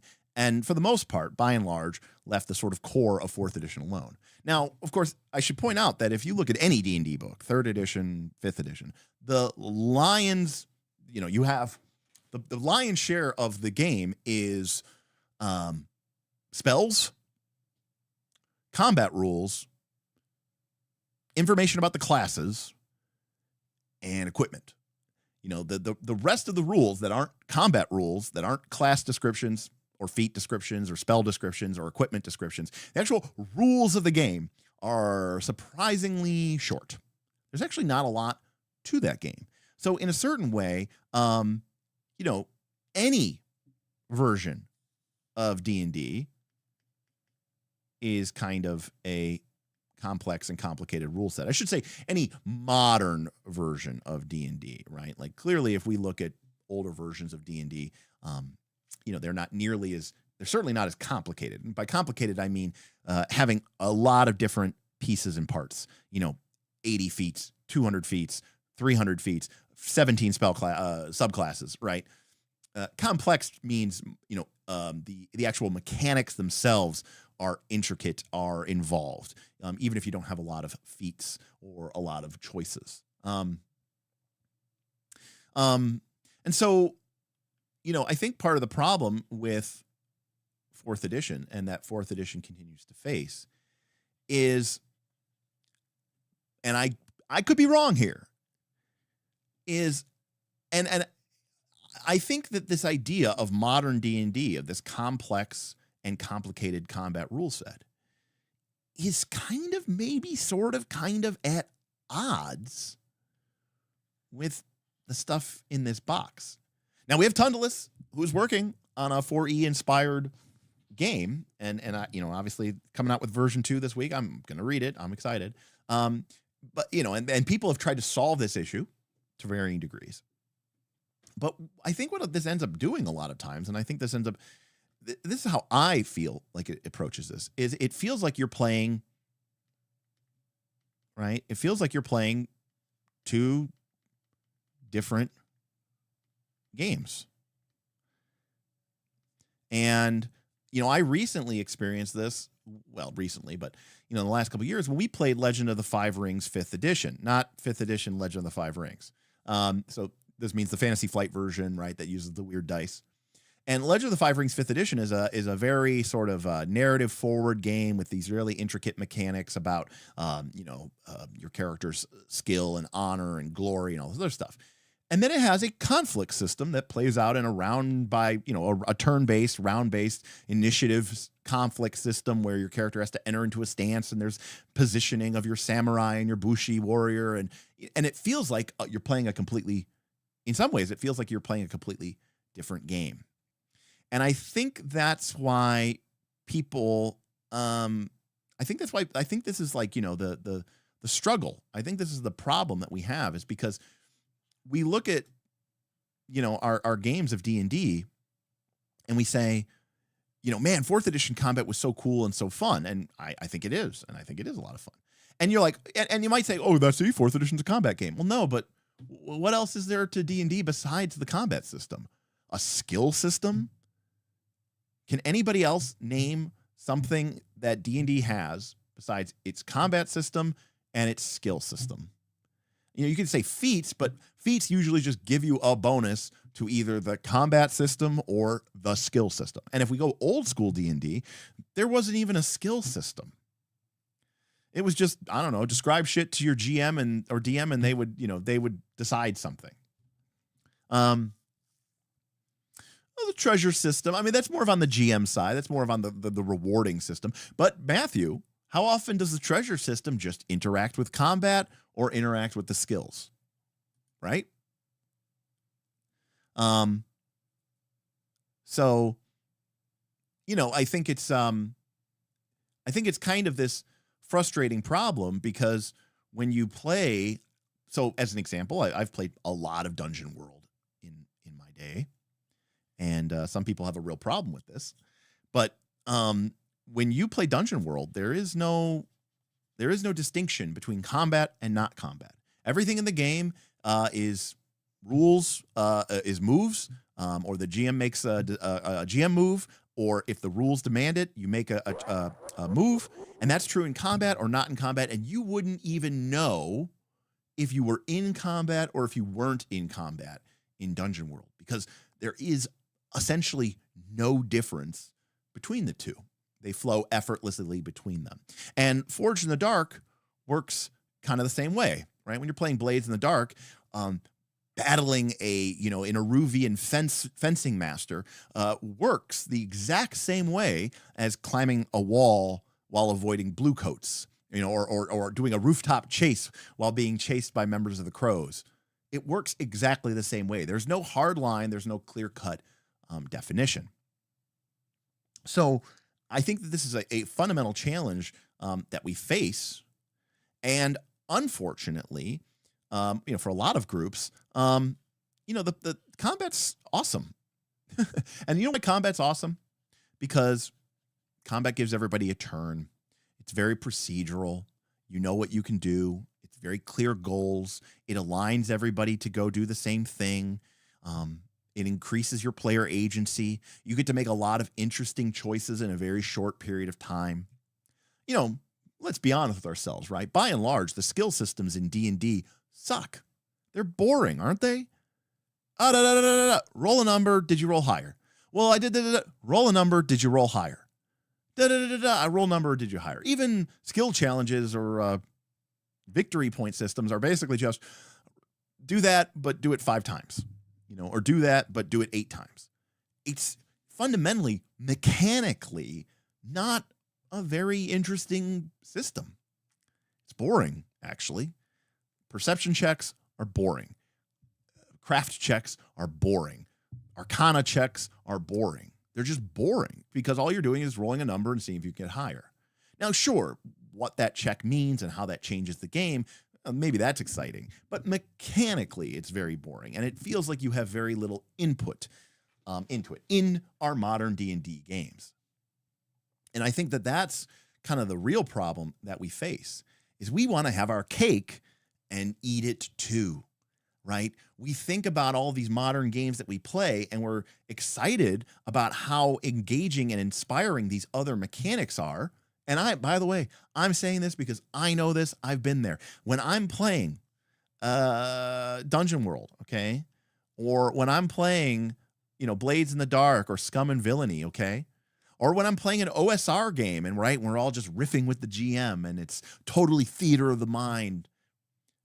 At some point, I start to go, man, it'd be cool to play on to have combat with my cool miniatures on a grid and get to move them around and get to do that fun combat mini game. That's what happens. And so braver people than me, smarter people than me, more handsome people than me, have taken upon themselves to see if they can bridge this gap. Because the fact of the matter is, modern D&D is a complex, complicated rule set with an arguably fairly shitty skill system bolted onto it. And by and large, it's not very mechanically, enjoyable. The 4th edition combat system, the skill system, the 4th edition combat skill system is pretty much synonymous with the 5th edition skill system.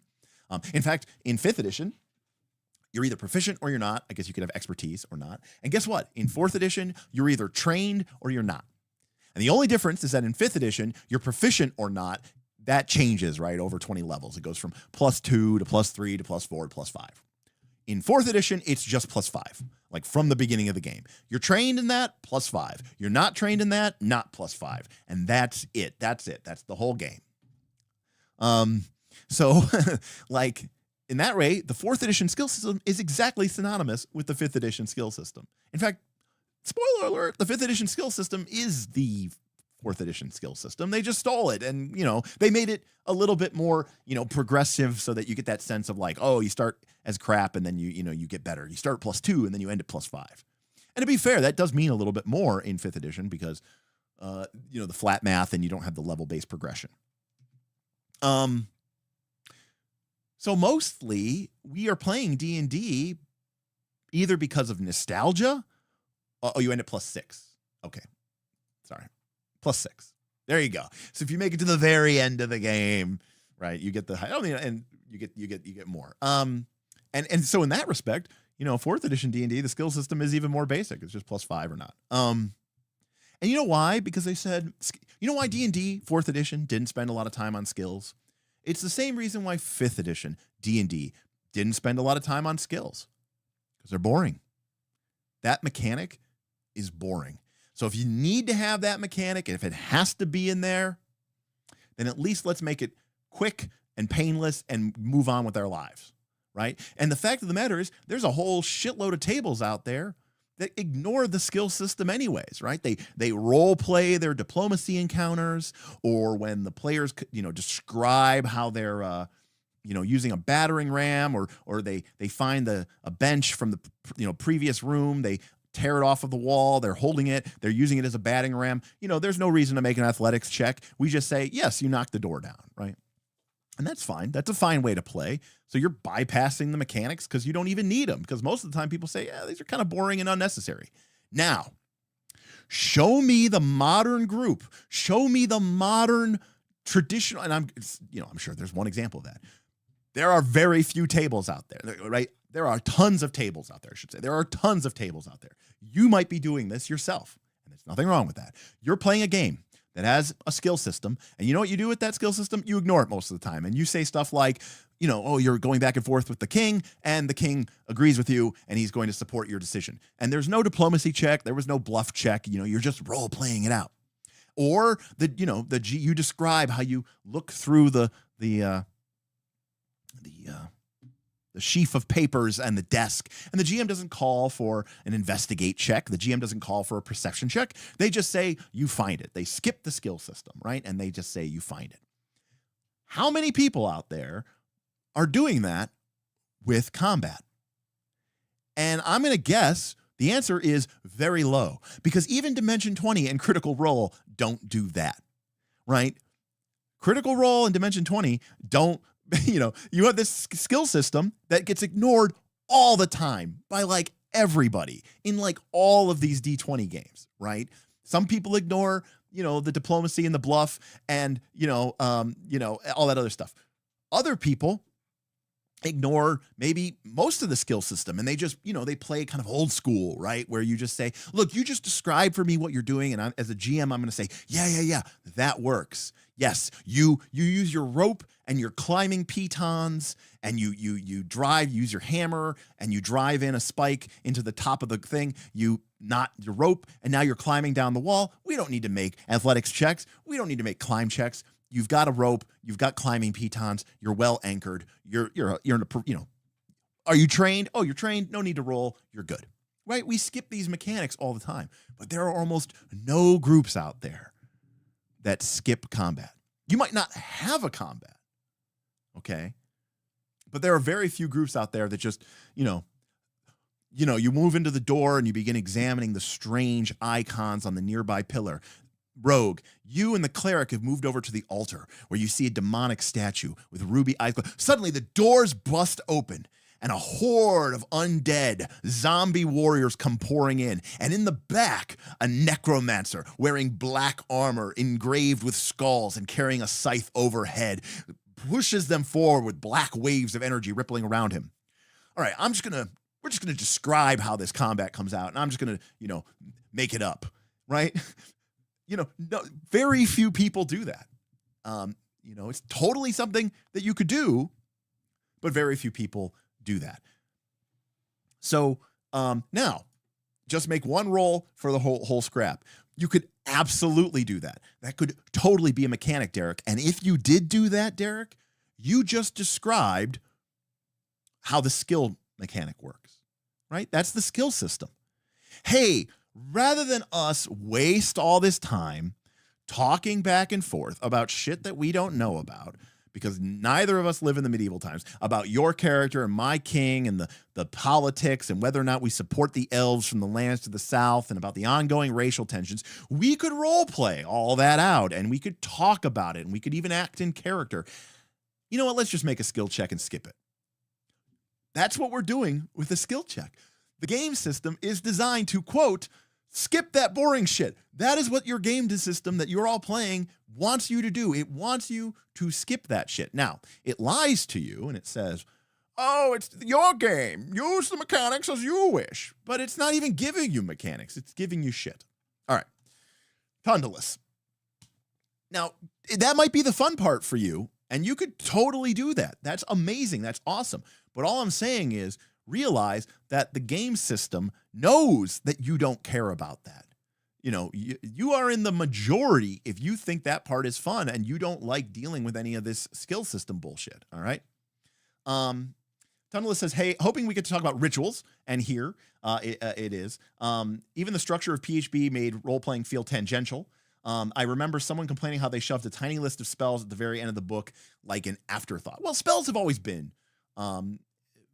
spells have always been sort of at the end of the book. So, I don't know that. I don't know the structure of the 4th edition Player's Handbook is structured the way that the 5th edition and 3rd edition books are. Here are all your classes. Here's a list of feats. Here's equipment. Here's the rules. Here's spells. It's set up the same way as 5th edition or 3rd edition is. I mean, thank you for the $20 for that, Tundalus. But, it's one of those situations where, you're right. I mean, Tundalus is completely right. I mean, we should talk about rituals. Let me bring up something here. One of the complaints that comes up. Oh, so, okay. Remember I was talking about the hypocrisy? This'll dovetail into role-playing. 4th edition's not about role-playing, and this will dovetail also into rituals. Okay. I will tie this all together somehow. Correct. Why do people, right. I understand, Tundalus. That's why I'm saying what I'm going to do here. Okay. So we're going to start here with, a premise. Okay.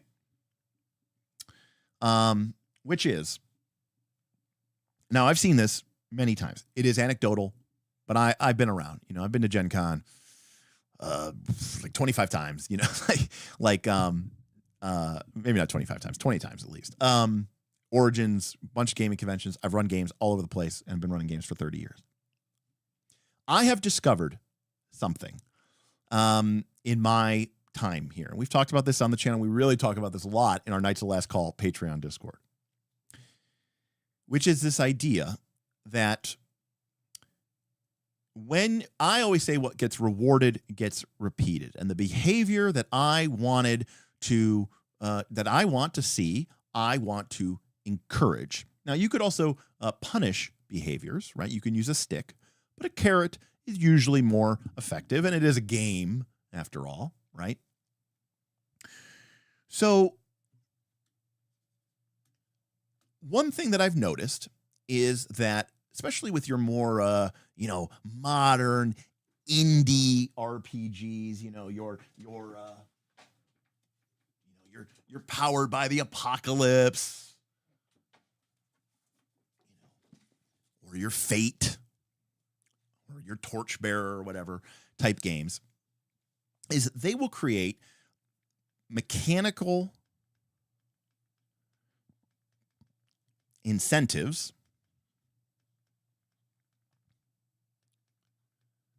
for, and I'm going to put this in quotes because for me, playing a role-playing game is role-playing, but I'm going to say for role-playing.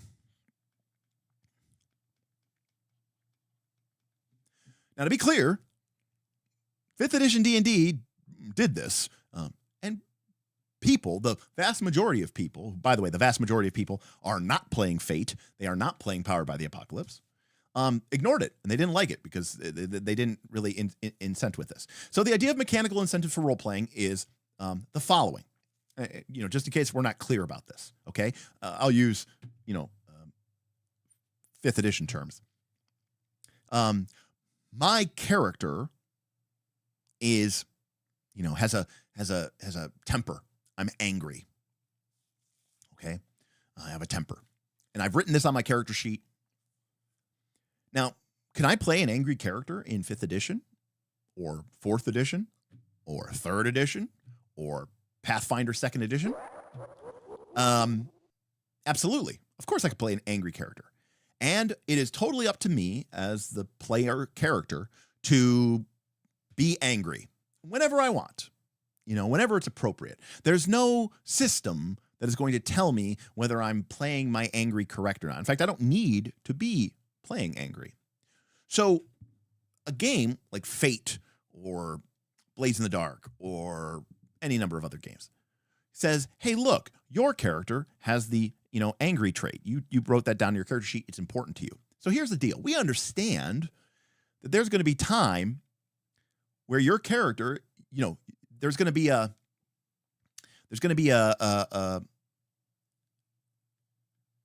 PC versus player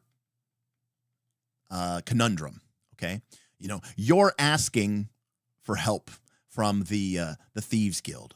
Okay. And you really need their help. Okay. And one of the Thieves Guild, as they're asking for help, one of the Thieves Guild members makes a crack about your character saying, that you're a wuss, you're a chicken, right? Nobody calls me chicken. Maybe that's the name of you. If we're playing Fate, that's your aspect, right? Nobody calls me chicken. Okay. As a player, you want to just ignore the insult because you want to get the Thieves Guild help so that you guys can go to the next part of the adventure, so that you guys, don't cause an issue, so that you don't cause problems for the rest of the players, yada, yada, yada. As the PC, okay, you want to, so you want to ignore. As the PC, right, you want to attack, right? Or you want to, challenge them to a duel, or you want to scream in their face. You want to insult them. Now, for some people, this is the core essence of what makes a role-playing game different than, say, playing, a board game, right? Or even a video game, which is supposed to be a role-playing game. Now, the reason why I bring this up is because some games say, hey, as a player, I think we would, as a group around this table, I think we all understand that it would be fun and, maybe it's not what, if you're trying to win the game, but we all think that your character is an angry character, and we think it'd be kind of appropriate and fun if your character got angry at this moment. Remember, the player is in control. There's no forcing the person to get angry or not. Okay. You ever know, pay attention sometimes to the way people role play. Yeah, it's very, very common for them to role play when there's not a lot at stake or it's really easy. Okay. And also remember, there's player behavior. Here's the thing. We're not actually real people. It's a game, right? If my cleric, if somebody was dying and they're going to bleed out, or they just died and they need to revivify this round, but I described to the group, well, that guy killed my father and I need to go get revenge on him. So I'm going to go chase after him because that's what my character would do. That is totally in character. And that is 100% the right play to make as the PC. Is that a dick move as a player? Yes, it is. Because you're not that fucking cleric. Your father isn't dead, nor was he slain by the six-fingered man. You're a person playing with other people. And you know what you're playing? A game. So, consider your priorities. The point is, in that instance where we're talking about the Thieves Guild, there are games that say, hey, look, if you agree to get angry here, okay, I'm going to reward you. And everybody here at the table understands that your character is just playing the game. You, the player, are playing the game. This game is about people playing their characters. And the game is set up to reward that. And we want to see your character get angry, and we want to see your character cause problems. Now, there's a group of people. This is a very split divide. There are some people who think that if you reward people for role-playing, that you are making role-playing you're tainting it. You're making it less valuable. You're making it not actually role-playing. That role-playing is only true role-playing if it's costing you something, right? Or that or that you're doing it because that's what my character would do, not because the game system is encouraging you through a reward mechanism to do it. So there's this idea of the purity of your role playing. Okay? So this is something that happens all the time. We get into debates about this all the time. It's been debated for a very long time. And this is where we get back to 4th edition. 4th edition had this radical concept. Okay? 4th edition's radical concept was, let me see if I can bring it up here. 4th edition had this radical concept where they said, look, in D&D, okay, people like wizards, clerics, they can walk on water, they can teleport across the land, they can breathe water, they can summon floating discs of magical energy to carry out all the treasure that they have. Okay? 4th edition said, hey, guess what? Here's what we discovered as we looked at the way people played this game. Turns out it's a little bit more fun if your character doesn't have to choose at the start of the day between taking the ability to walk on water or fireball. Okay? 4th edition D&D said, ¿Por qué no los dos? Right? Why not both? How about this? How about we put all the cool combat shit into this resource silo, okay? And we'll put in your fireball and your magic missile and your cool sword attack power, and everybody can have these really cool combat powers, and everybody gets them. And then over here, in a completely different resource silo that doesn't cost you anything, you can have all these cool rituals, okay? Or you can have these cool utility powers, which are different from your attacking, that are different from your combat powers, okay? Your utility stuff, okay? You can have all these cool powers, and you can do all this cool stuff, but it's not going to cost you your ability to fireball or magic missile or make your sword power or anything like that. So, like, as an example, right? Let's say you're a paladin, okay? And you get to a level where there's some cool combat power that lets you, shield an ally and, smite, a bad guy. You're like, that's pretty cool. And combat's really important. Also, even if combat's not important, combats are oftentimes the most important encounters because those are the ones where you can die, right? They have the greatest stakes. So even if you don't play that many combat, Tundalus, you are getting to one of the things that I actually have a problem with, okay? Versus, let's say the paladin had a cool power like a holy aura of authority, okay? And, the paladin is imbued with divine righteousness, and they have this ability to exude this aura of authority, right? Which grants you, bonuses to diplomacy, or it gives you, maybe people can't tell lies, in your aura or something, right? So you have this choice. The shield ally and smite a bad guy power, or the holy aura of authority +3 diplomacy, can't tell lies. Now, if you've played Pathfinder 2, you know that this is how the game is set up. You get to a level, you get a feat. Do you take the thing that does this thing, or do you take the thing that does this thing? And 99 times out of 10, people are going to choose this one. Now, am I shitting on people? Yes, but I don't mean to, but I am. There are, for some people. Oh, we got Duncan DT. DT tipped $5. It sounds like modern 4E should be a more emulationist system that has the cool add-ons from Strike and spellcasting from Dungeon World. Thank you, Duncan, for the tip. Also,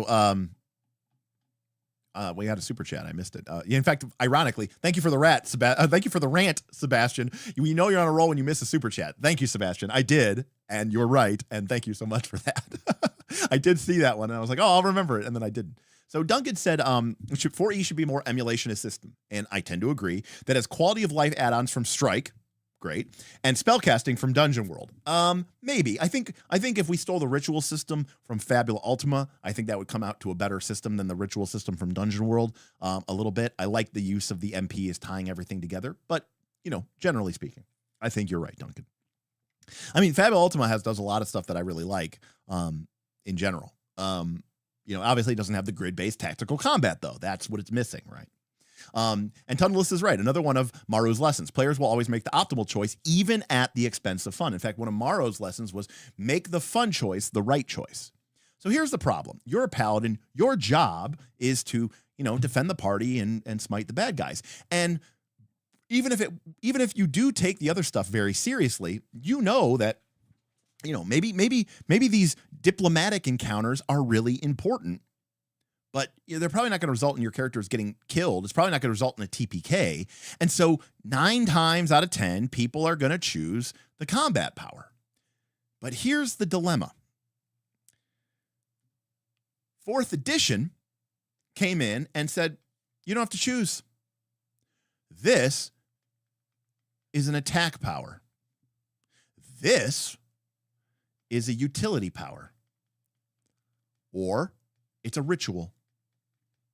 And these operate on different characters. In fact, the paladin goes, guess what? You get to have your cool combat power. You couldn't use this slot, this feat, this option, this power, this ability boost. You couldn't use this power slot to take this ability if you wanted to. You can't. This power slot is only for an attack power. So go ham, son. Take an attack power. It's the only thing you can. And then you get over to a utility power or a ritual power, and you say, cool, take the holy aura of righteousness, okay? And get your bonus. And don't feel bad that you didn't take a combat power. Now, as is being mentioned in the chat, one of the mistakes, I think one of the biggest mistakes that 4th edition made is they made too many utility powers that had a combat use. And guess what? They got taken a lot. And I think that was a big mistake. I think the utility powers should have been the utility powers, I don't think that they should have had. I mean, maybe there's a world where you could use it in a combat, yes, but I think by and large, they should have been non-combat and really stayed away from that. And people, I think that was a big game mistake. Anyways, but here's the problem. Believe it or not, here's the problem. So let's ignore that for a moment, that 4th edition did have some powers in the utility space, in some classes in particular, that were they were more combat powers than anything. But they didn't attack anybody. But I digress. In fact, that's actually one of my ideas. We'll get to that in a second. Maybe, I don't know. We're almost 9 o'clock, and we're just like going down an infinite rabbit hole. But we did well tonight. We have a ton of people viewing, so we'll definitely keep talking about this as we go on. Here's the problem. Okay, this gets back to the role-playing thing. 4th edition said you don't get to choose.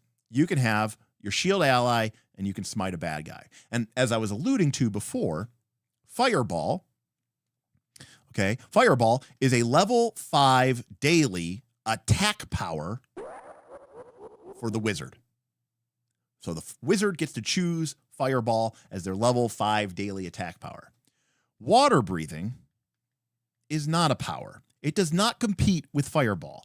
Water breathing is a ritual, and it doesn't use any slots. All you have to do is perform it. You take some time, you make a skill check, and you spend some magical components, and then gives everybody the ability to go water breathe. The game does not make you choose between, do I take fireball or do I take water breathing today, or some dumb other power.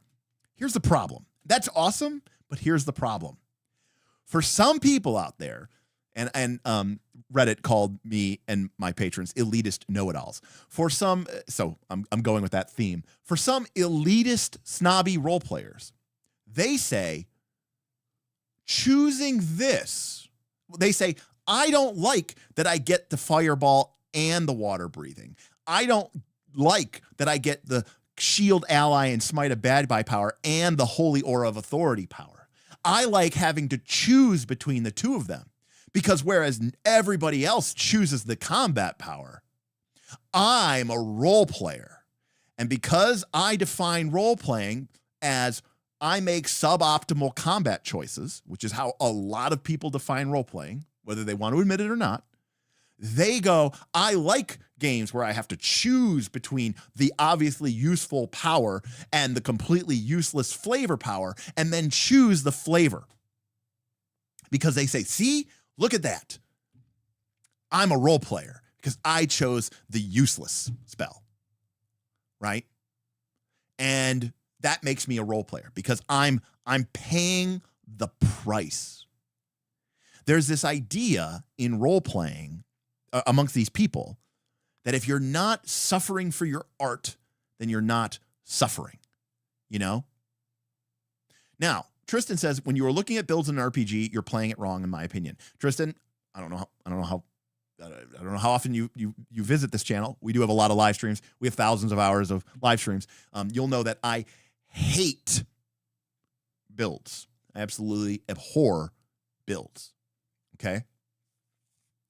Now Karama says, I choose to be bad at the game, and that makes me good at the game. What? And this is called, for those of you who don't know this, this is called the Stormwind fallacy. Now, if you've been around on the internet for a long time, you'll understand this. But what the Stormwind fallacy is and I'm just copying this, okay? So this is the Stormwind fallacy, okay, in a nutshell, all right? If someone says, to the extent of any of the following, I am a role player, thus I do not min-max, or I purposely make all my characters weak, at least some ways, that makes them better for role-playing, or you're dishing out thousands of damage per hit, you're not role-playing, you're min-maxing. That is called the Stormwind fallacy, and that's been around for probably 15 years, 10 years. It's been along for a long time. And the reason why it's called a fallacy is because it's a logical fallacy. It's because it is utter nonsense. It is complete bullshit. All right. So Tundalus says, now that's a name I've not heard in a long, long time. Well, like I said, I mean, going back to the era of, Gleemax, this Stormwind fallacy, Stormwind fallacy is called Stormwind fallacy because I believe the person who originally espoused this on the Gleemax forums username was Stormwind. I remember this thread. The other one for those of you for the other one of you with the deep cuts is the Oberoni fallacy as well. People sometimes confuse that, but this is Stormwind. And this is the Oberoni fallacy is a game can't be broken or a game can't have bad rules because GMs can change the rules. So if a game system has a problem, it's actually a GM problem because the GM can change any of the rules.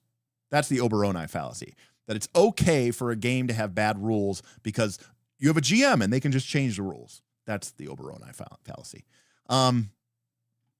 Tundalus says, I only listen. There were a lot of really awesome. There was a lot of deep cuts going on in the Giants in the Playground. Okay, forums. Okay, that was another. Trust me, I was there. That was another deep cut. So I realize now that one of my earliest GMs was a Stormwinder. I like Stormwinder better. And if I knew better back then, I would have dropped that campaign like a fireball. It's a great drop it like a fireball. So anyways, so the problem that 4th edition had. And I think part of the reason that people felt like they couldn't role play is going back to 3rd edition, okay, like what I was talking about, okay? So in 3rd edition, the way it worked, for those of you who don't know, Pathfinder worked the same way. Someone like a fighter, okay, got 2 plus int modifier skill points per level. And you could put those into any, any skill. And there was a max that you could put into it, based off of your level. Jump. Right. 3rd edition really had some, right? And of course, this would get added to your modifier, right? So if I put 2 points, if I had 2 ranks in climbing, then when I made my climbing check, I would roll a d20 plus 2 plus my strength, and that was my total climbing check versus a DC. So this is the way that it worked. So, I've got 2 points in climbing, I've got 2 points in jump, right? Let's say my int modifier is 1, or maybe I'm a human. What's another classic climber, whatever, classic fighter one. We'll just say craft, so that I can keep my weapons repaired. So my character gets 3 skill points per level, minus the armor penalty, okay? And here's the problem. Here's the thing. So that's me playing a fighter. And the Stormwind fallacy looks at this character and they say, you're not a role player. And they say, yeah, I am. They're like, you don't have any background. And the player says, no, it's awesome. Like my character, right? He grew up tending, he was a farmer. He grew up but he did like ranching, and he did like cattle ranching, right? So he was a rancher, and then that's why he's good at, actually, he's a human. Humans get a bonus skill point. He's got 2 ranks in ride, And the role player says, where are your ranks in profession rancher, I wonder? You see, a real artist suffers for their art, and a real role player character suffers for the role playing. And if you were a real role player and you weren't just some min-max fuck, you would get rid of that very useful dungeon climbing skill, and you would have 2 points in profession rancher. So don't tell me that you're a rancher when you don't have the points on your character sheet to back it up. You should be taking a mathematical, mechanical penalty to prove your dedication, okay, to this. Now, 4th edition dropped this skill like a bad habit. And that meant that players were forced into taking useful skills, just like how 4th edition didn't make the paladin choose between the cool combat power and the cool utility power, or it didn't make the wizard choose between the cool fireball or the useful but not really combat-oriented water-breathing ritual. 4th edition says you get both. And don't worry about profession rancher. If you want to say you're a rancher, just write it down. It doesn't matter. The game doesn't matter. Okay? But role players looked at this and they said, how am I supposed to suffer for my role playing when you don't give me any options? You just let me be good at stuff. And if I'm just good at stuff, then I'm not showing my martyr complex by highlighting how much I'm willing to make my PC suck in order so that it can be a role-playing character. And people legitimately thought like this, okay? And some people, obviously a lot of people were not aware of this, but, I was part of a very vocal group on the interwebs who, fought. I mean, edition wars were a thing, and I'm not going to lie, I was on the front line. And the truth of the matter, Anthony says, the ever-popular Tortured Stormwinder Effect album. Yes, exactly. Nice Taylor Swift call out there. Yes. And it would do very well because Tortured Stormwinders, people, that is... Tortured Stormwinder is actually a thing. It is a thing, I mean, it's ivory it's ivory tower design for role playing. You said role playing, but you actually mean ROLE. You know, they lack imagination. They should just dump their primary stat. You know, and you know, let me give you an example. If you don't play Pathfinder 2, I don't know how many people here we have that haven't played Pathfinder 2, but I've seen this multiple times. Okay, where there's Pathfinder 2 society that runs up at my a couple of my FLGSs, and I go in there, and you know, I don't make like, I'm not like, oh, I have a channel, and I don't try to like big dick anybody. Like, I'm just like legitimately interested in their games, and I've seen so many characters, fighters, okay,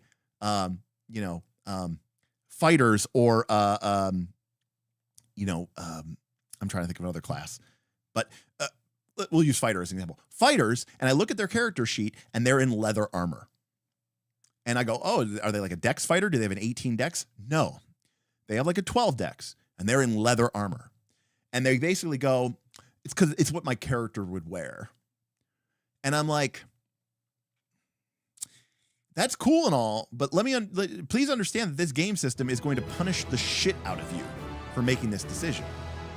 And not only that, you're doing a bad job for the rest of your party. GM Scott Zip GM $20. Scott. My elder siblings used to put a bag over my head and beat me up when I was growing up. That's why my human is taking the blind fighting feat. That's right, GM Scott. I mean, for me, I like to have my cake and eat it too. Why not be a cool, effective, functional character and then make up fun stories about why your character has this ability, and make up, why you have this ability. Or guess what? Or not.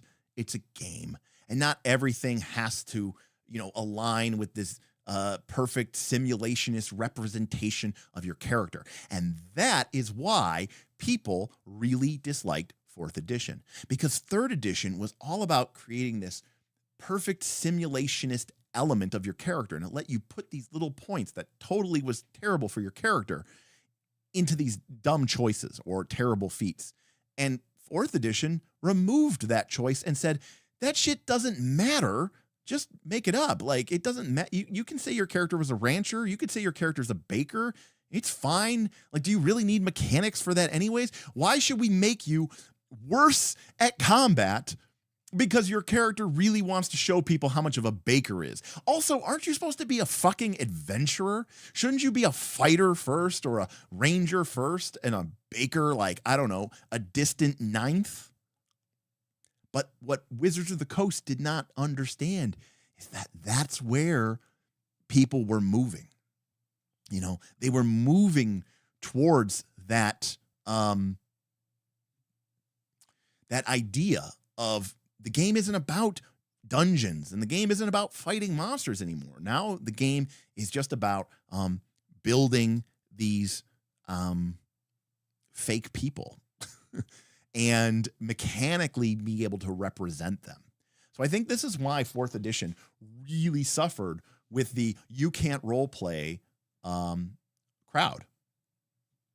And Every Pixel Counts has a really fun, in my experience, I find that Stormwind sympathizers often care more about the mechanics than min-maxers do. Right, because they're a max minner, right? So they are really looking for a way to really focus on making sure that their character is terrible so they can show how much of a role player they are. So they're not a min-maxer, they're a max minner. And I agree with Tundalus here. That's my, I find it so much fun in making a strong build. Look, you can like builds, you can not like builds. You can just make your character, advance, organically. But what I'm saying, and what Mark Rosewater was saying is, look, we don't need ivory tower design. Why can't every choice be cool? And you just get to flavor it in a way that's meaningful for you. Look, I'm a Spike in Magic the Gathering. I like competitive board games. I like competitive war games, right?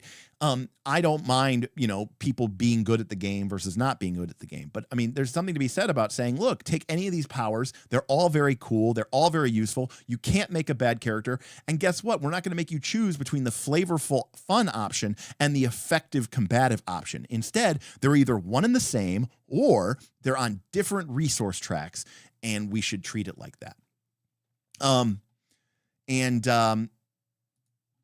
Yeah, so I'm a cleric, but I'm multi-class warlock for the role play is a thing that I've seen in 5e. And we were just making this joke on the Discord the other day about somebody being like, and they're like, but also they're like, I'm a paladin, but I'm a warlock because of this, but I'm also a sorcerer because of this, and like they were like trying to explain it. Now, couple of key options, things that we can steal for 4th edition, in my personal opinion, is 13th Age's background system. I agree, it's awesome, it's flexible, it's totally cool, it's totally awesome. I think it's very practical, and I think it's very effective. In fact, one of the things that I just noticed just today, okay, we're going to switch gears here just a little bit.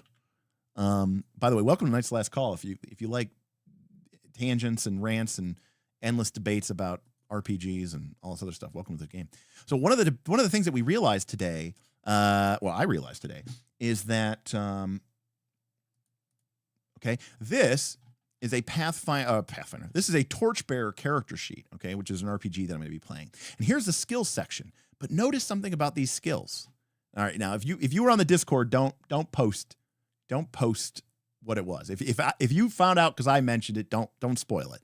Can anybody notice something? What is strange about this skill list? I'll give you a minute. I'll see if anybody gets it. Mostly also I need to drink something because I've been ranting for a while, like 2 hours. Actually, I started at 6:30. Boom. They're nouns. They are professions. The past failures is a thing from the game system. The thing about these skills is they aren't verbs. They're nouns. Okay? So it's Pathfinder. It's not ride. It's rider. Okay? It's not scouting. It's scout.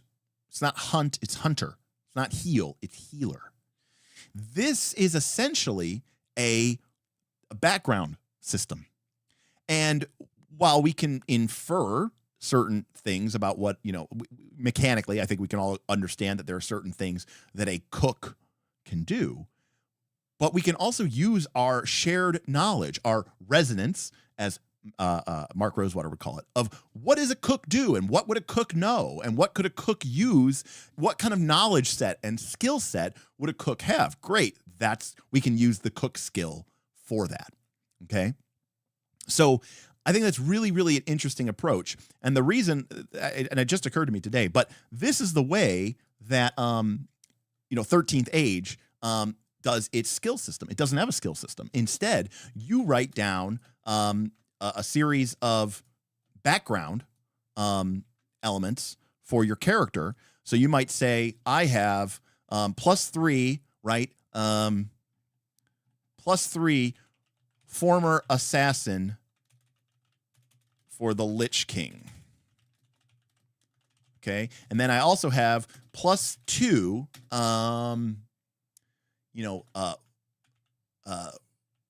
born and raised on a merchant sailing vessel. And then you might have +1,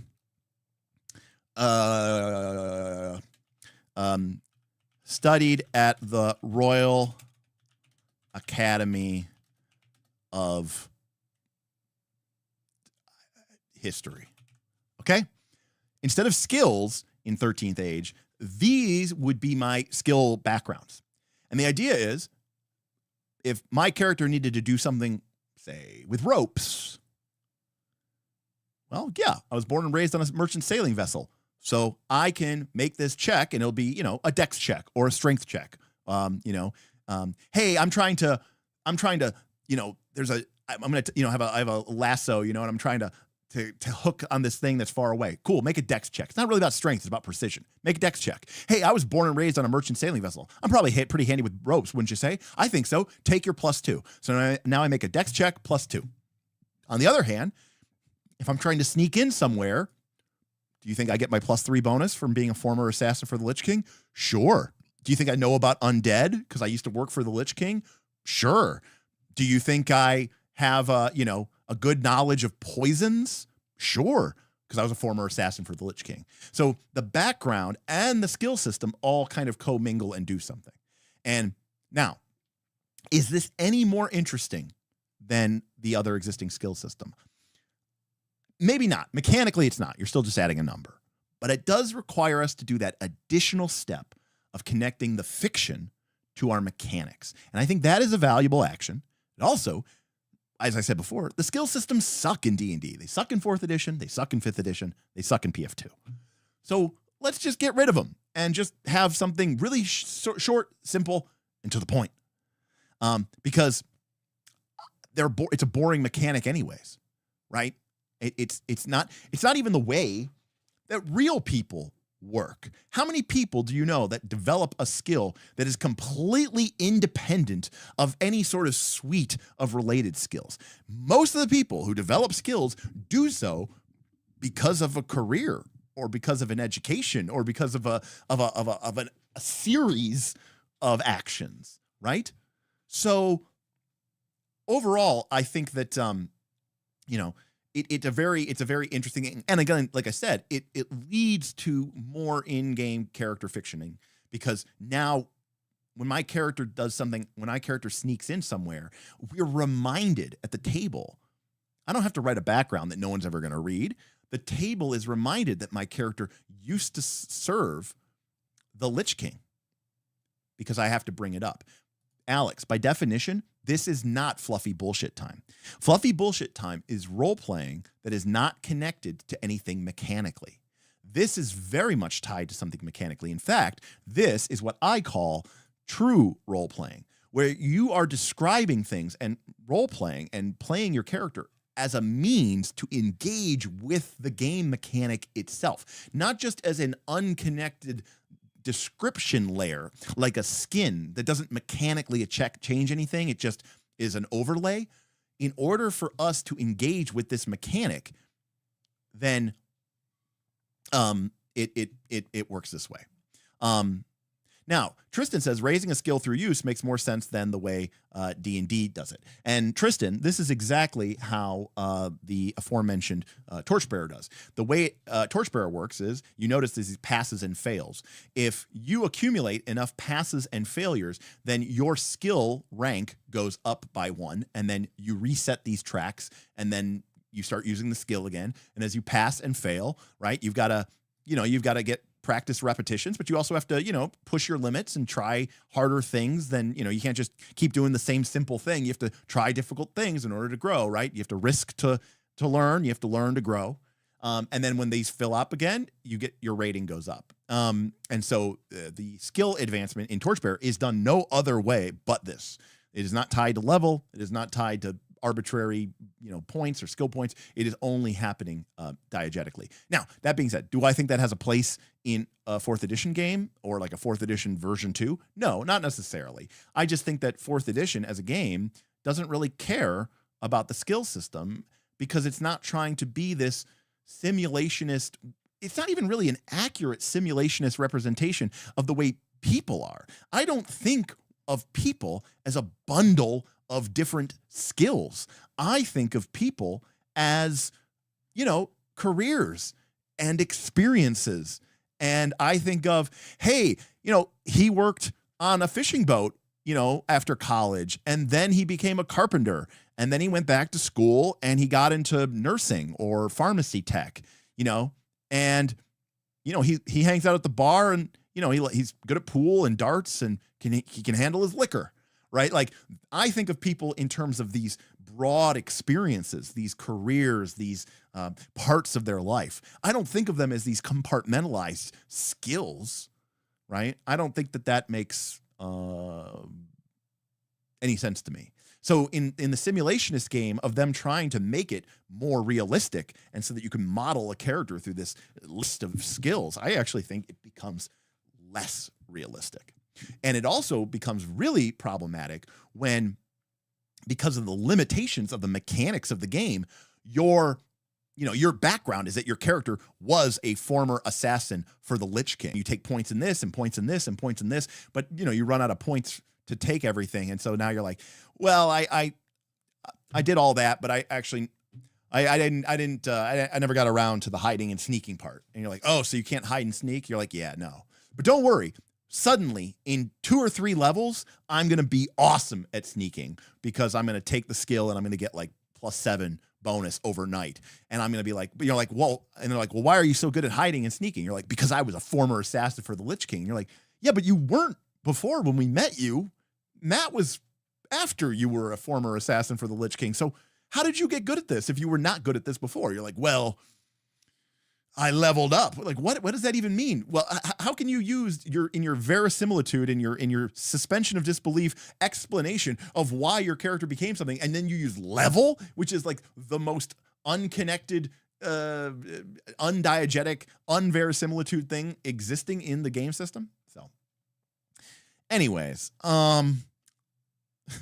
this is part one. We got through why no roleplay bad. So this entire thing was a treatise on debunking why you can't roleplay in 4th edition. Because I think it's full of crap. And talking about the combats taking too long, that is true. Now we haven't really gotten into like how we would fix that, but I think there are a couple of different ways. For sure. And we kind of thing. But it's this I mean, I think also too 4th edition really highlights this problem that I think a lot of people have. I don't have it, but a lot of people have it, which is the tension between a role-playing game being a game versus whatever you think a role-playing game is. And I mean, this I might sound like I'm being flippant here, but I'm not. There are people that hold role-playing games, which are just games, to these really strange standards, and they hold them to these really strange these really strange standards, these really strange limitations. Like, I'll give you a good example. I don't play video games, but I know a lot of people do. And I don't know how many people I've heard, Baldur's Gate 3 was an incredible game. I loved it. It was awesome. It was fun. The story was compelling. I really enjoyed the combats, and I really, really, blah, blah, blah. But they don't talk about, like, how they saved their game before they went into the fight with the beholders, and then they got wiped out, and then they reloaded and they played it again, and then they got wiped out, and then they like, okay, I looked it up online or whatever, and then I played the fight. Or, when they made a bad choice in the one dialogue scene and they fucked it up, and they're like, no, I don't want her to get pissed at me. They reloaded it and played it again. But if you started like talking about those things or doing those things in a tabletop role-playing game, people would be like, this is ruining the game for me. This isn't an RPG. This isn't a good experience. But those people do not hold those same standards to,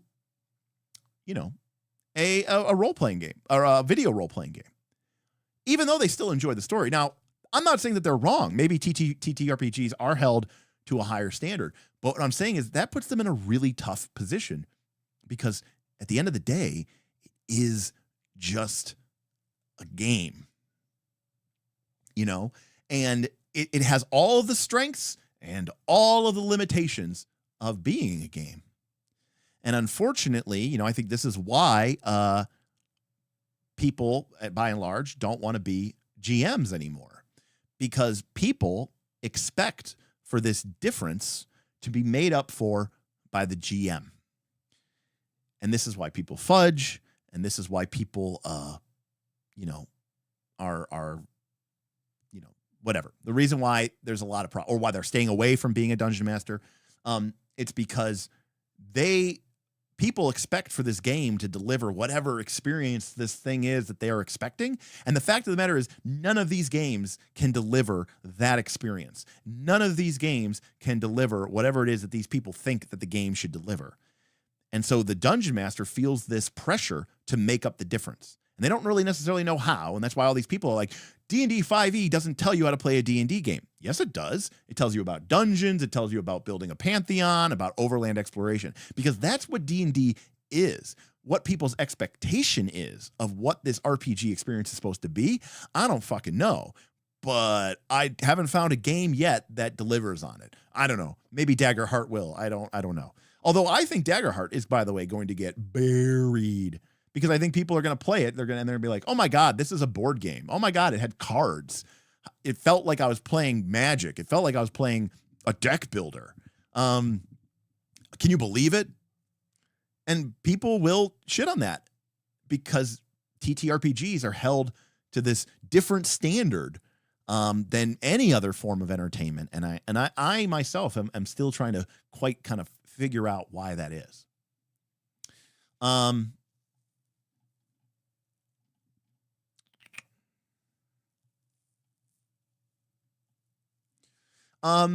Now, again, I see a bunch of people. I see Boothby. I see Vin's here. He says, this tension is actually misdiagnosed. The real question is, how much verisimilitude do you need in the mechanics and the language of the TTRPG? No, that's still a tension, though. Because when you add verisimilitude, I mean, there are some really clever mechanics out there that can accomplish this. And, good game designers find these niche mechanics. But 9 times out of 10, when you are increasing the verisimilitude, or maybe 8 times out of 10, when you are increasing the verisimilitude, you are making the game more awkward, harder to play, more complicated, taking more time at the table. I mean, there's always a cost, right? There's always a cost that you're playing. Oh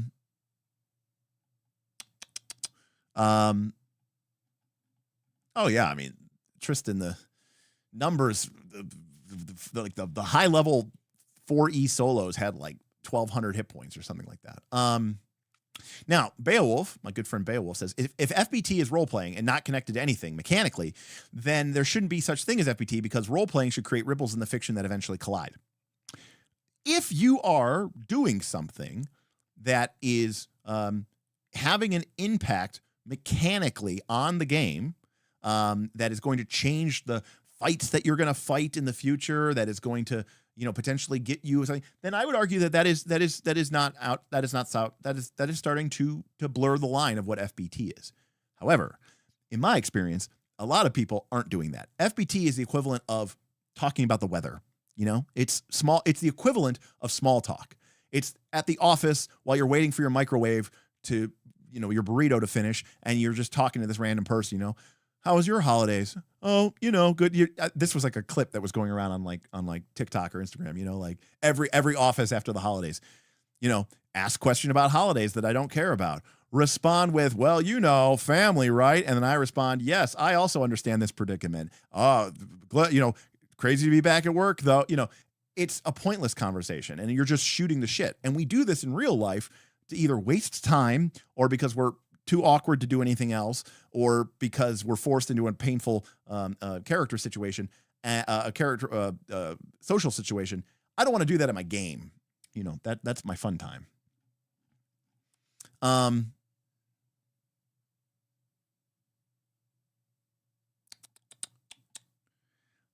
Beowulf also doesn't consider CRPGs to be RPGs at all. So Beowulf has their hot takes. Good evening, Mr. Boothby. Kane Wolf says, I got tired of being a DM because everyone expected me to be solely responsible for their fun when their effort was often minimal at best. And Kane Wolf, to be clear, I mean, that's a whole separate can of worms. It's a whole problematic thing. It's a culture problem. It is a problem. You are correct to be upset about it. And you're correct also that it is bullshit. In fact, I'd argue if you're at a 4-person, 1 GM, 1 DM, 4 players, there are 5 adult people at this table. I would think that the 4 people have a greater share of the responsibility of the game's quality, fun, interest than 1 person. Does the DM maybe have a higher percentage than any one individual? Sure. Maybe the DM is, 40% or 33%. But the other 4 people account for the majority. They count for 60 or 66%. They are the bulk of the responsibility. And in fact, I think it's more like 30-70.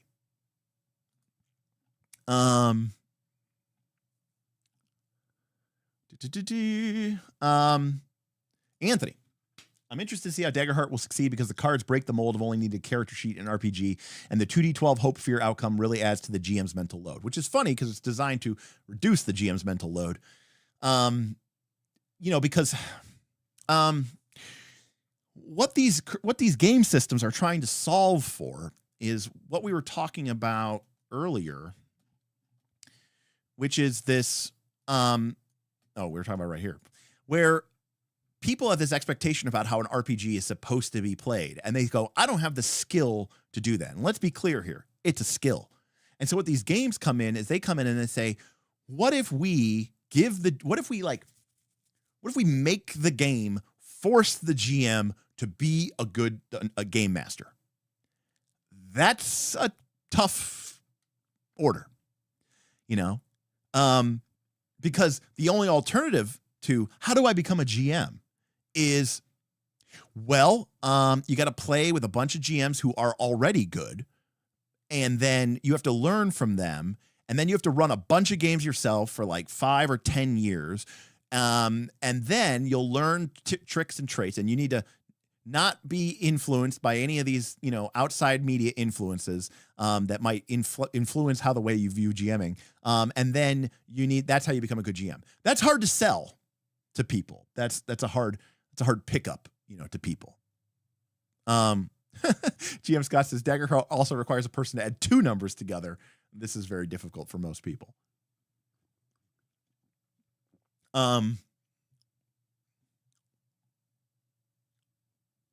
No, Tundalus, I think you're not wrong. Tundalus says, I know the stream isn't about defining FBT, but if it has to do with the importance of what's being discussed, how come some really important narrative beats happen during it? Seems like people handle the big important story beats in their game with FBT because they don't trust the rules to get it right. And I think there's an important statement here. It's the get it right. And what it means is they don't trust the game system to produce the outcome that they want. That's the difference. Hey, Frostjack, long time no see. Welcome. Hey, buddy. Haven't caught a stream in ages, but I had to drop in for 4E. Love your work. Cheers. PayPal hates me. This is a pro 4E super chat. Yeah, I think most of the super chats were 4E. Frostjack, it is great to see you, my friend. We miss you. I'm happy to see you in the chat. And obviously, thank you for the 10 Australian. What do you guys call it? You just call them dollars, bucks, greenbacks. I don't know. What do you call them in Australia? But thank you. That is very awesome. And more importantly, to see you here. All right. So we're having a nice stream here. We got a bunch of people. So we're going to keep it going.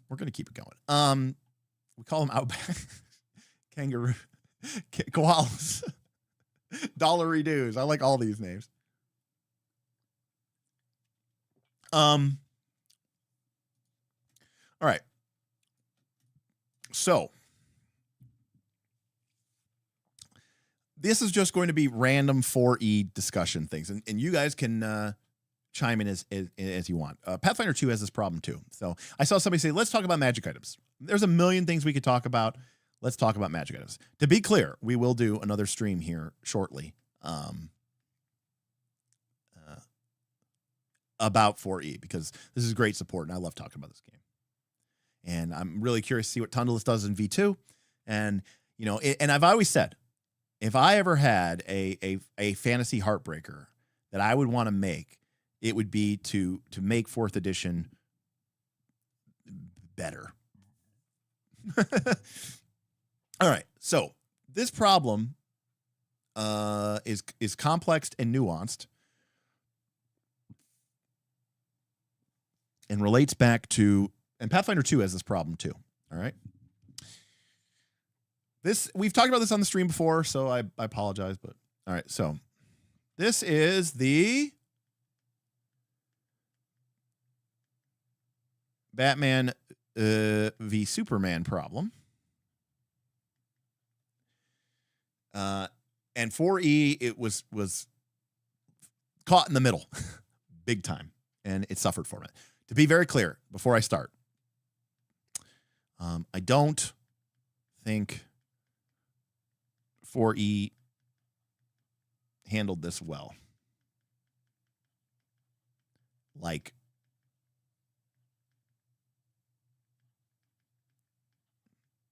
Like, they did a bad job with this. Okay. So, Batman versus Superman. First thing you have to understand is when we look at OD&D, when we look at first edition, when we look at even second edition D&D, your characters were like Batman. They were highly skilled, but they were human, but they were fucking rich. And they had all sorts of crazy, weird items in their belt and their belt back patch. Okay. And part of the way that you became a better character was just getting more strange magical items that let you have all these abilities. But your character didn't really get any abilities. A fighter just didn't get any powers. Nobody did, you know? Like, they had magic items. That was the way that your character got cool new shit. There were no feats, okay? There was magical items, okay? Now, we get to 3rd edition. Now, this term started in 3rd edition.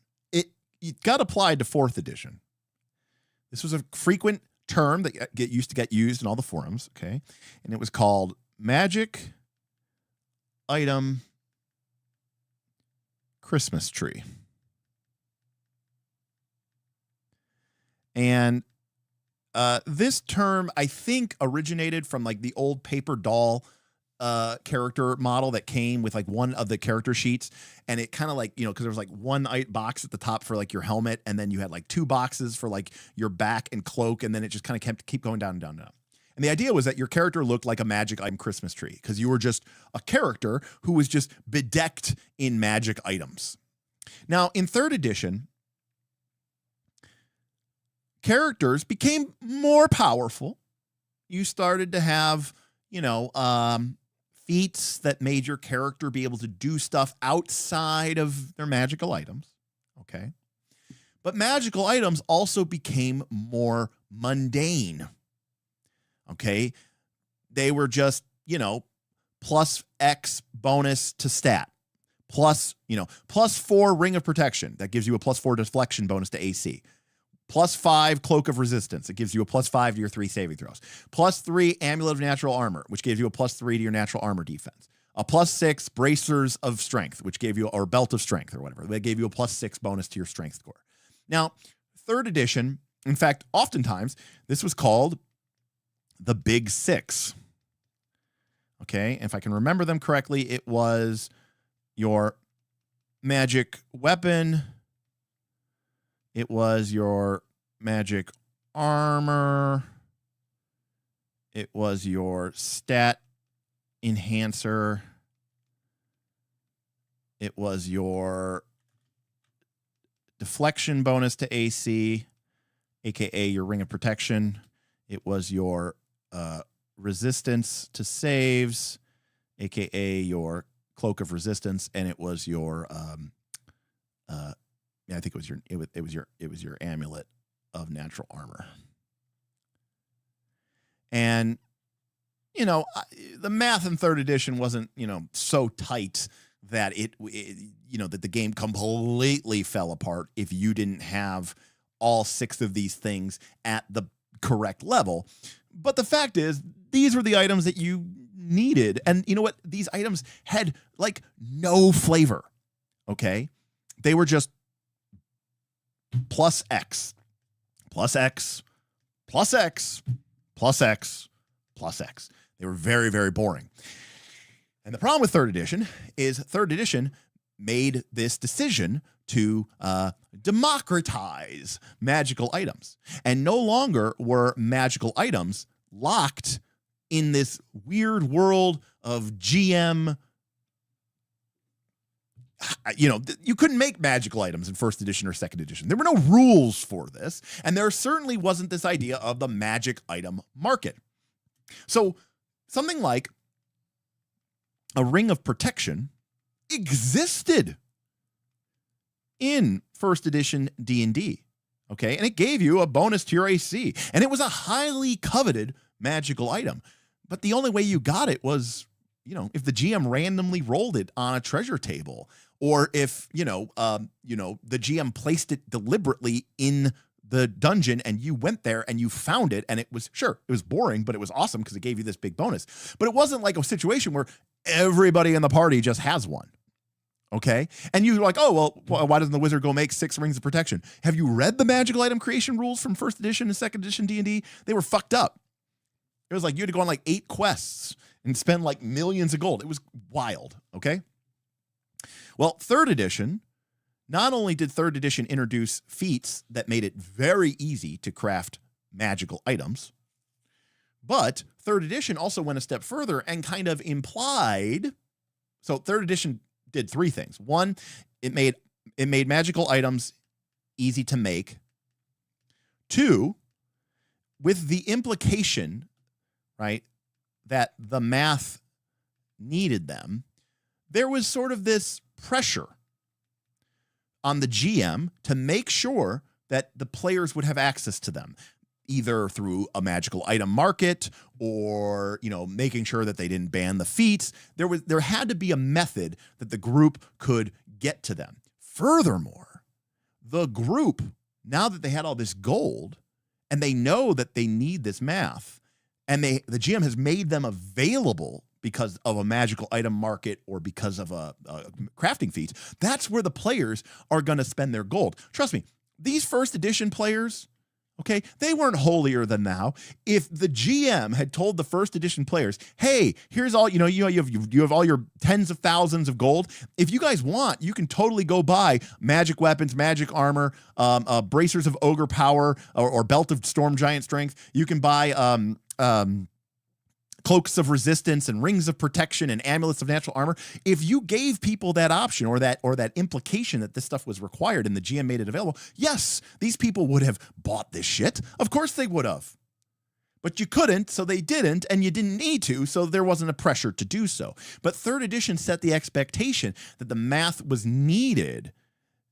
And so as a player, you felt like you had to get them, and as a GM, you felt like you had to make them available. So magic items became easy to make. The math was very, needed to sort of, to do this. And 3rd, you literally had nothing else to spend your money on. In 1st edition, there was this idea that your character is going to become like a king or a lord, and you were going to have armies, and, you've got salary costs and taxes, and you pay to raise an army, and you're building watchtowers. In 3rd edition, they got rid of all that shit, but you still had like millions of gold. And so you're like, okay, so we have all this gold. We can buy magic items. We're going to buy the ones that we need according to the game, or just make them because it's easy to do so. So you end up just buying these really, really boring magical items. Then the game says, here are these slots. And you go, well, shit, I'm going to fill up all my slots.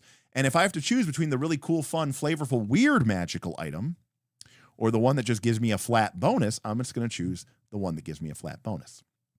Okay, that's 3rd edition, the edition I love. 4th edition somehow took that and made it worse. 4th edition handled magical items so badly, it is disturbing, okay? The first problem is, because God forbid you get rid of magical items, because it's D&D and you got to have magical items. 4th edition characters have completed the transition. If 3rd edition was transitionary, 4th edition, these characters are supermen. You have literal abilities that the power is in the character sheet. And this makes a certain amount of sense, because if you go back to 3rd edition or to 1st edition, there was this sense of, my character is shit. Oh no, my camera stopped working. Pause, please.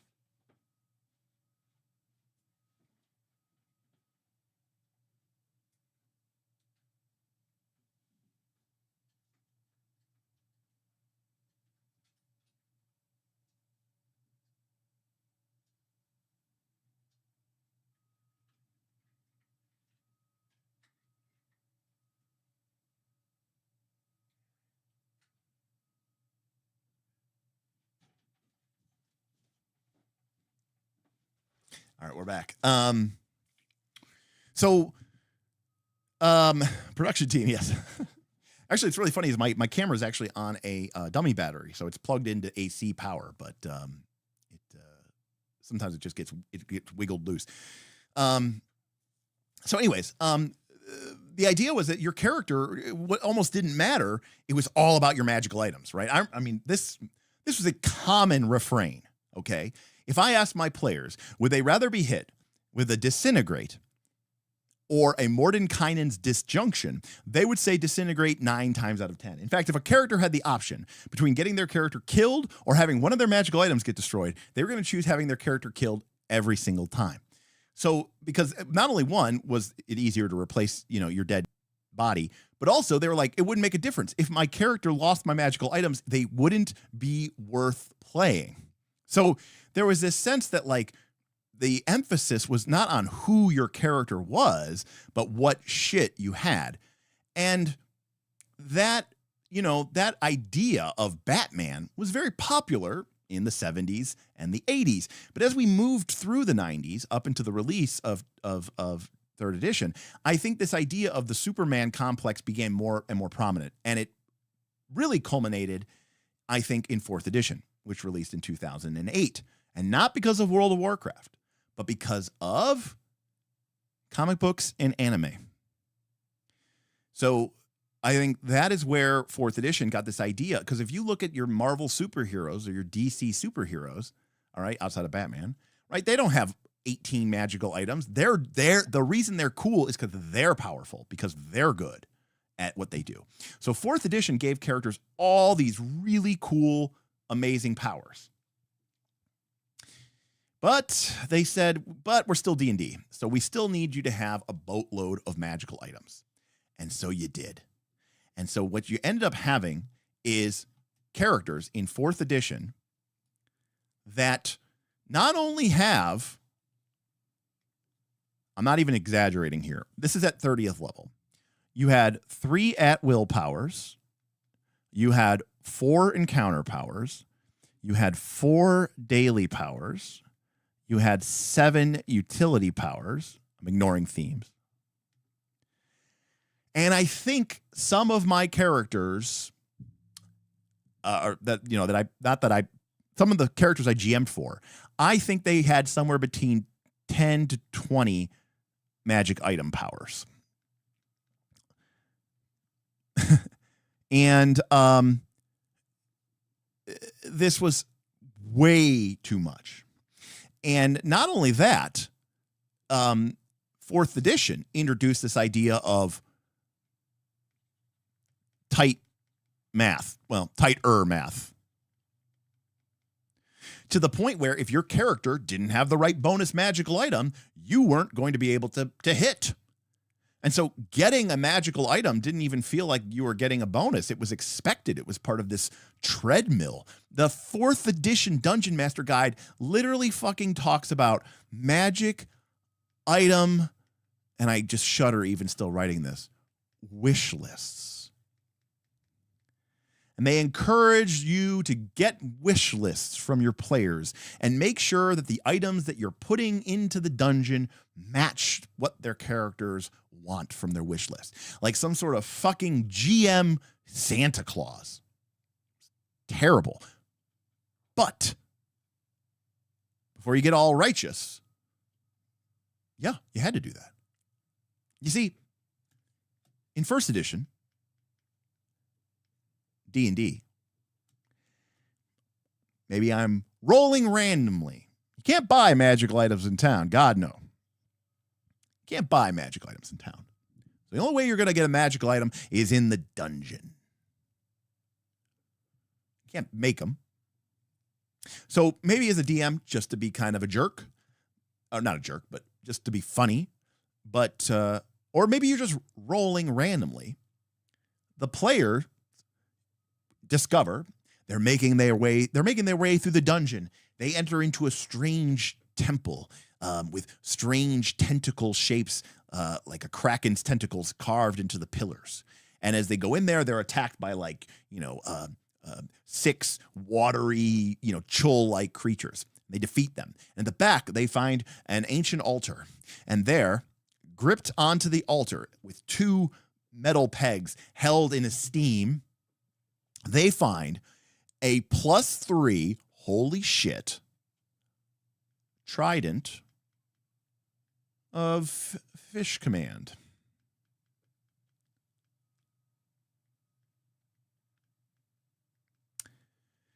Let's take a journey through the ages.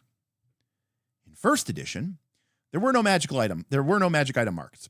So your fighter is like looking at his.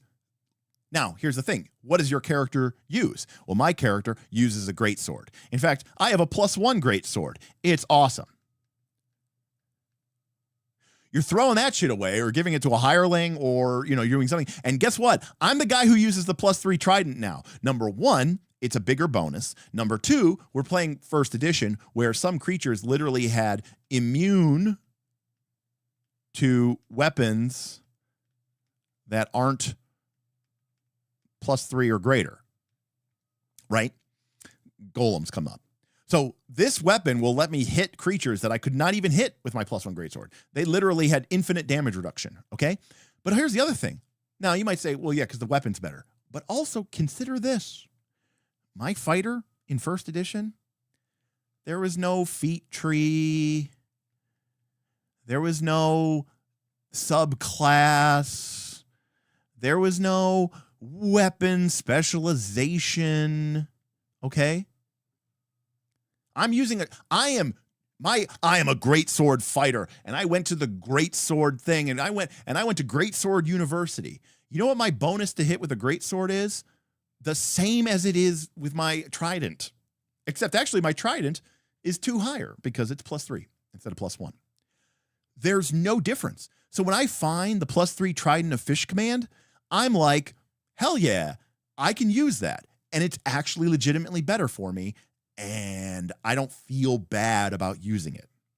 Now, I don't need to tell you that by the time we got to 3rd edition and 4th edition, and certainly 5th edition, but mostly 4th edition, your character wasn't spec'd for that. I'm a sword and board fighter. I've got 5 powers that are about using my shield, and I've got 3 feats that are tied to the longsword. And my character uses spiked chains, and that's what my custom mini from Heroes Forge shows my character using. And I got custom art made, and it shows my character wielding a broomstick and a pot and pan. That's what my build's based around. This weird class that I bought off of itch.io or off of the Dungeon Masters Guild that lets me dual wield frying pans, and it's really funny. So when you drop me a +3 trident of fish command, I don't even necessarily care if it's better. I'm going to sell it, I'm going to melt it down, and I'm going to make it into something that I actually can use. And you're not wrong to do that, because otherwise you're just punishing the players. So you know what magical items became in 3rd edition and especially 4th edition?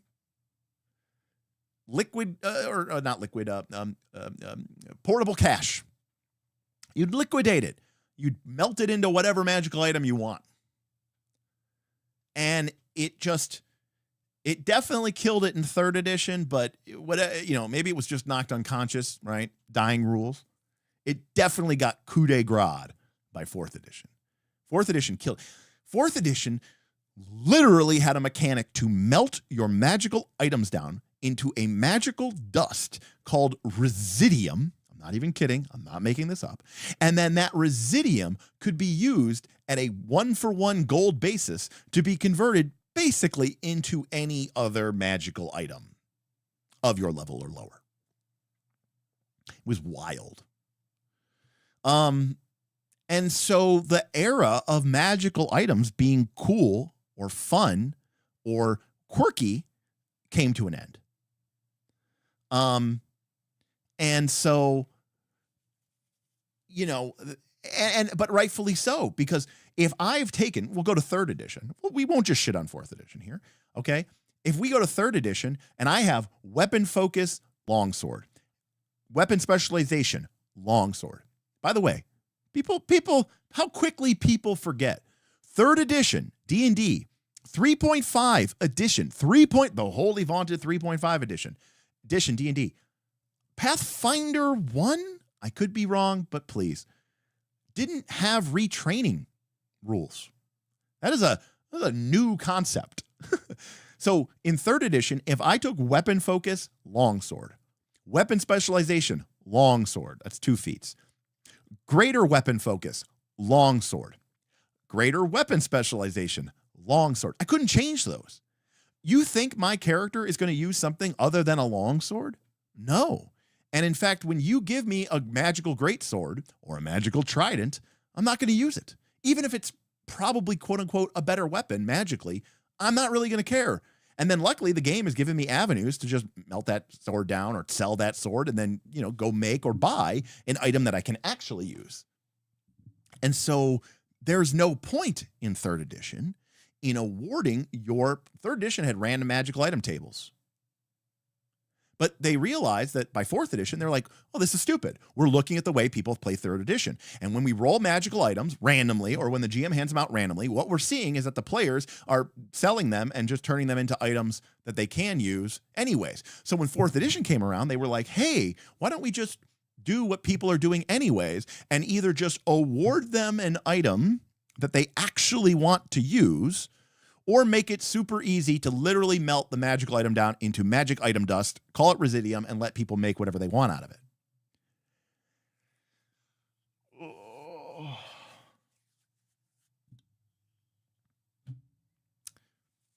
Pathfinder 2nd edition tried to solve this issue with runes, which I also don't like. So, this is a problem. Or maybe it's not. I don't know. I mean, the problem is that people want to still have magical items. So, magic item Christmas tree. Magical items are kind of defining the characters. They overpower your character's abilities, and you had a lot of them in 4th edition. Now, moving to 5th edition, the game designers knew that your characters were not going to be the supermen that they were in 4th edition. You weren't going to have, God Slayer Strike. Feats were, well, at least in the original 2014 5th edition, feats were optional. It was an optional rule. So they go, well, we don't want to repeat the mistake of 3rd edition, so we're going to limit you to 3 slots. And we're going to bring back old fun, hey, here's this belt. It just makes you strength 25. Even if your strength was 11 before. Because, again, as I was saying in the pre-stream or something, 5th edition wasn't made for the people who play it. 5th edition was made for the 1st edition player who fondly remembered first edition or 2nd edition, played 3rd edition, and then quit after 4th edition, and they wanted to bring them back to like that old school sensibilities. Now,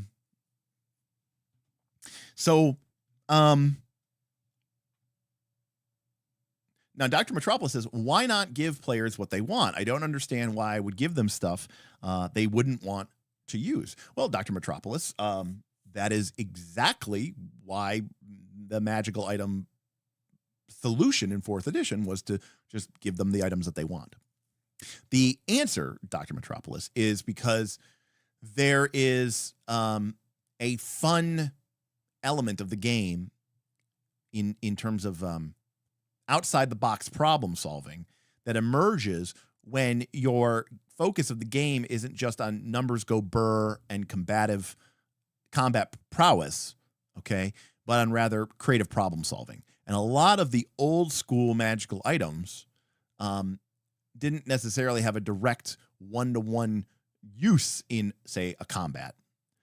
But that doesn't mean that those items weren't still the ones that people wanted the most. If I asked a 1st edition player back in 1980, do you want a bottle of air or do you want a +2 longsword +4 versus lycanthropes? They were going to say, I want the +2 sword +4 versus lycanthropes. That's what I want. But they didn't get a choice. That shit was random, or the GM just, planted it. Or if the GM did put a good magical item in their dungeon, you bet your ass it was probably guarded by a really fierce magical item or a fierce creature or a deadly trap. And there was no, this idea of modern game balance doesn't really make as much of a sense. So, so when you got a magic, but also remember your character had literally no other abilities. So when your character got a bottle of air, you started looking at every problem like, how can I solve this problem with a bottle of air? You know?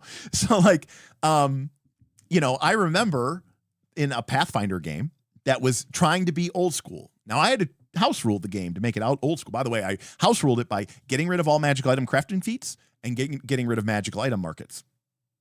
So I had to take pretty drastic steps. There was a room that had like a black hole at the center of it or something, higher level. And one of the effects was that the room turned to vacuum. And when the doors closed and the room turned to vacuum. And one of the characters had a bottle of air. And they pulled it out and were just like, you know, all right, you know, we're good. And that was the kind of like weird problem solving that they expected you to make. But, you know, weird dungeon rooms with black holes in the center of them that turn, you know, into a vacuum aren't something that you're going to get in your, you know, Game of Thrones Critical Role inspired, you know, narrative, semi-realistic drama game, right? That's the shit that happens in a dungeon. All these stupid, dumb, weird items that are in D&D are for dumb, stupid D&D dungeons. That's what they exist. That's why they're there. And as the game has become more and more dramatic and narrative and big action set pieces, these dumb, stupid items are legitimately dumb, stupid items. So people are right to say these things are stupid or these things are dumb. Or wizards and clerics are way stronger than they ever used to be. We'll just have them cast a spell and solve the issue. And I'll just use my money to get a better bonus on my character sheet so that I can hit more in combat, because missing is boring and I'd rather not. So magical items, I think, are very flawed in fourth edition. Now, how do we fix it? Well, there's no easy solution, to be clear. But my solution was going to be, amongst other things,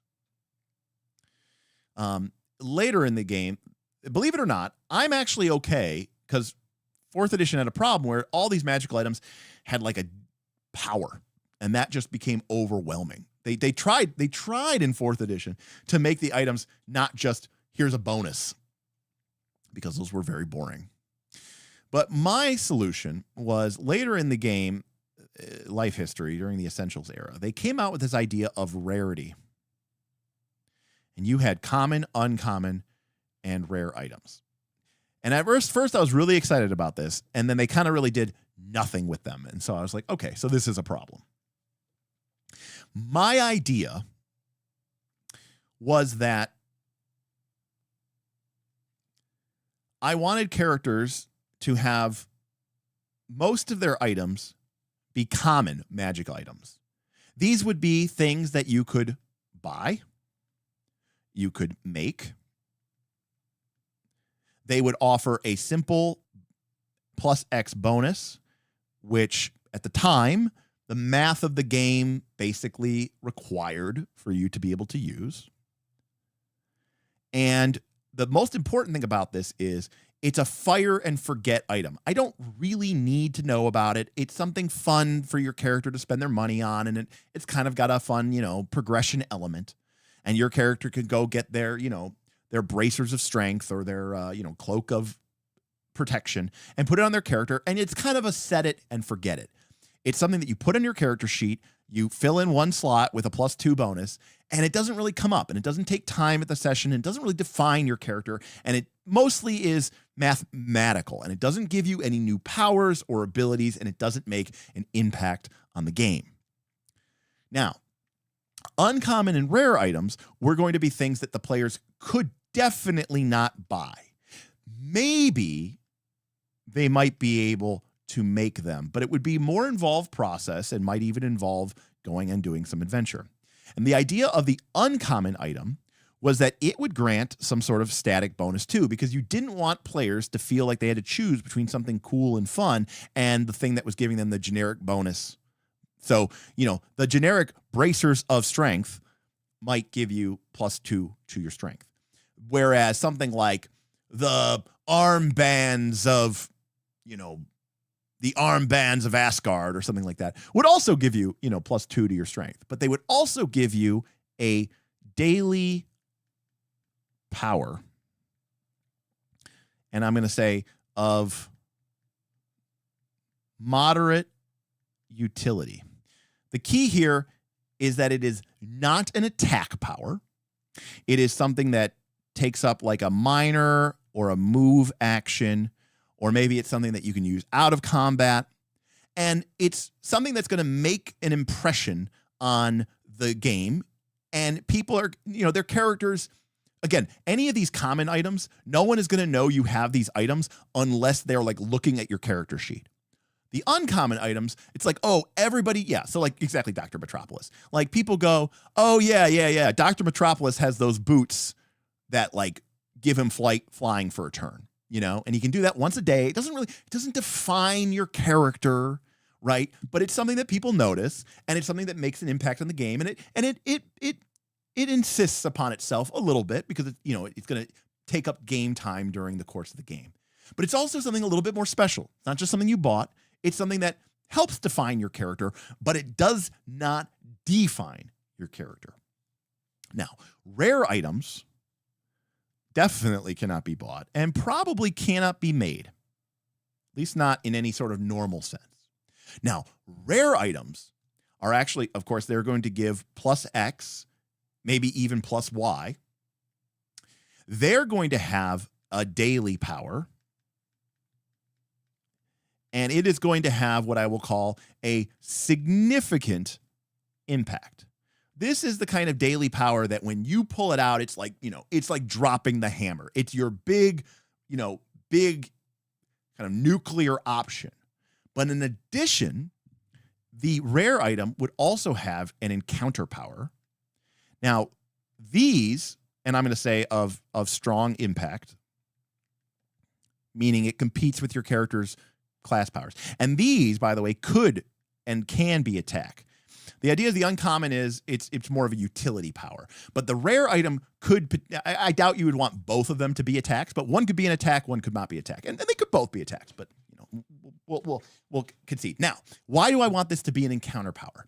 The reason I want this to be an encounter power is because I want a rare item. I want it to partially, or into a good degree, I do want it to sort of define your character. I want this to be a part of who your character is. Nobody remembers your faceless magical items that you have. And maybe people remember your boots of limited flight. But if your character has, the flame tongue, your character might be known as, Argem, the wielder of flame tongue, right? It's like part of your moniker. It's like a part of your character's identity, to the point where your character might only have 1 to 2 rare items over the entire course of the campaign. And when an item like this is so defining, okay, I want it to have a big, impressive daily power that nobody could miss. But I also want it to have an encounter power because I want this item to come up every encounter or every combat or every, multiple times per encounter or multiple times per session, because it is a part of who your character is. And I want you to be partially defined by it. Okay. So, the encounter power for Flame Tongue might be that, you can wield it, and you can flick it and it like creates like a cone of fire. And you can do that once every fight. And it's a powerful attack. It's not like you're nerfing yourself by doing that, but it's a big thing and it's pretty cool. Its daily power might be, you spin the Flame Tongue around, you drive it into the ground, cracks and fissures, leap out, it burns, all enemies within a 10 square radius, and something like that. And, it's this big dramatic, oh shit, he's doing the Megazord Voltron slash, right? That's what I want out of a magical item. And again, I want it to be big and impressive and be on par with what your character's capable of doing, but I don't want you to have a ton of these. I want you to have like 1 or 2, maybe you can't buy them and you can't make them. What you can buy and what you can make are the common items, the simple, the simple stat buffers, the whatever you want to call them, the stat buffers, the math fixers, Tristan says, so the rare are basically artifacts. Yes, a rare item should almost by definition be, unique or essentially unique. Like it might be like, the 5 blades of Gondolin, and you wield one of the 5 blades of Gondolin. You wield one of the elven rings, right? And to that end. Yes. And to be fair, D&D, D&D is a fantasy heroic action game. So don't make the rare item the bottle of air. I'm not going to lie, 99% of the time, the rare item is going to be a shield or a weapon or a staff, maybe a helm or a ring, right? It's going to be something cool and flavorful and fun and powerful, right? Your, weird, quirky items that can do that one thing once a day, that's your uncommon item. And then your faceless, completely just there to fix the math, there to have something to spend your gold on, that's your common items. And they essentially disappear into your character sheet, and we write it down once, and we don't really think about it ever again. All right? Vin says, Destiny, a video game, solved this by having rares, common magic items. Okay. They were rares, which were common magic, and exotics, which were build defining, but you could only equip 2. So yeah, I mean, I think that's the same idea. And again, our TTRPGs are games, and games have, dealt and grappled with these issues as well. Now, then switch out your items every 2 to 3 levels. Horrible, Dr. Waits. Absolutely horrible. And I agree with you to a certain extent that this is a problem. Now, as you point out, people like magical items, and it's a struggle between the players and the GM's desire. And that's why the games struggle. When there is a conflict, whether it's on the narrative side or the story side or the adventuring side, when the GM wants one thing, the DM wants one thing, and the players want another, it's probably not going to end up well. If the DM wants the players to explore the dungeon and gather magical items, and the players don't want to do that, you're going to have a problem with your campaign. So, now, there are things that you could do in D&D, like, you could use essentially, Pathfinder 2 calls it, automatic bonus progression, where your core math enhancers, right, just go up. I, however, now 5th edition, to my knowledge, 5th edition experts can correct me if I'm wrong here. 5th edition's math, right, is fairly flat. I mean, people say it's flat, but it's, it's not. Like at the beginning of the game, right, like the monsters are all like, AC 11 to like 15. And then like by the end of the game, I feel like they're like 17 to 22. That feels like that's about right. I could be wrong. I don't know all the monsters. I remember the joke was that I think like a Baylor had like AC 22, bounded accuracy. Thank you. Sorry. Bounded accuracy. Which is really funny to me because you start with a +2 proficiency bonus and you end with a +6 proficiency bonus. And I'm assuming most characters start with a +0 magical item and probably end with a +2, but probably end with a +3. And your stat probably starts at like a 16 maybe, or like an 18, and it ends at a 20 or maybe even a 22. I know 20 is like the soft cap, but you might hit a 20. So I'm like, okay, so your bonus to hit went up by 2, 4, 2. So your bonus to hit did go up by 8. I mean, I don't know that I would call that bounded. It definitely went up. And in fact, assuming that this range, went from, 13 to 19, it only went up by +6, and your bonus went up by +8 or +9. You actually did get better as the game went on. But again, I'm not a 5e expert by any stretch of the imagination, so I could just be making all this up. But one of the things that we recall being like, oh, that's kind of interesting, is that like 5th edition D&D didn't seem to have this requirement that you needed to have a +1 item at a certain level in order to function at the game, or that oh, you're level 18. If you don't have a +3 item, you're fucked. The game math is going to completely screw you over. And if that sounds crazy to you, if you're a 5e player and that sounds crazy to you, understand that 4th edition D&D and Pathfinder 2, that is the case. If you get to high level at in Pathfinder 2nd edition and you don't have the right item bonus and the right striking rune, you're not even playing the game. So in 5th edition, it's cool because they assume that you don't need these magical items, kind of. And so that means that when your character finds a +2 sword, it's a legitimate +2 weapon. And that is cool to me because that is, guess what? More like 1st edition. It's actually more like magical items. In fact, the 5th edition magical item system is the closest we have to that old school, weird, wonky magical item system.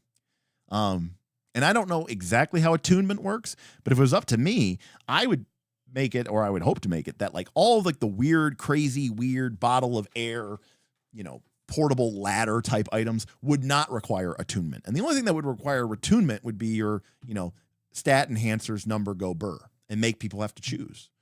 I'm not totally opposed to that idea. I don't think that's actually a terrible idea. So, how do you do that in 4th edition? I don't know, because 4th edition does have this. Beowulf says that's how. Okay, that's basically how attunement. I thought so. I was pretty concerned. So, long story short, I like that item. I like that idea.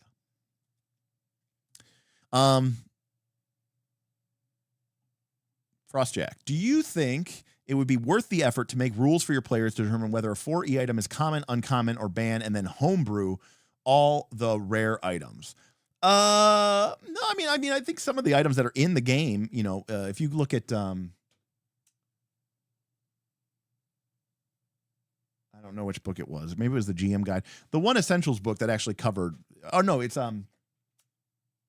Mordenkainen's. You gotta look at this book. This is Mordenkainen's Magnificent Emporium. This was the book that really kind of introduced this idea of like rare and uncommon items and like set items in like greater, amounts. And yeah.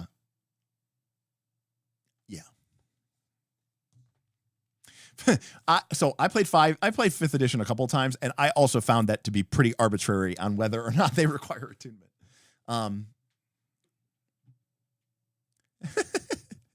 You're such a video game. You're such a video gamer. Vin can't help himself. He's always like, "Oh, I'm a Nair simulationist," and then he's like, "I freaking love set items." Broom of Flying doesn't. Boots of Flying do. Right. And they're both, oh yeah, the common, the rarity in 5th edition feels like they just rolled a die and guessed. That was always wild to me. But again, it's because people assume that rarity is related to power.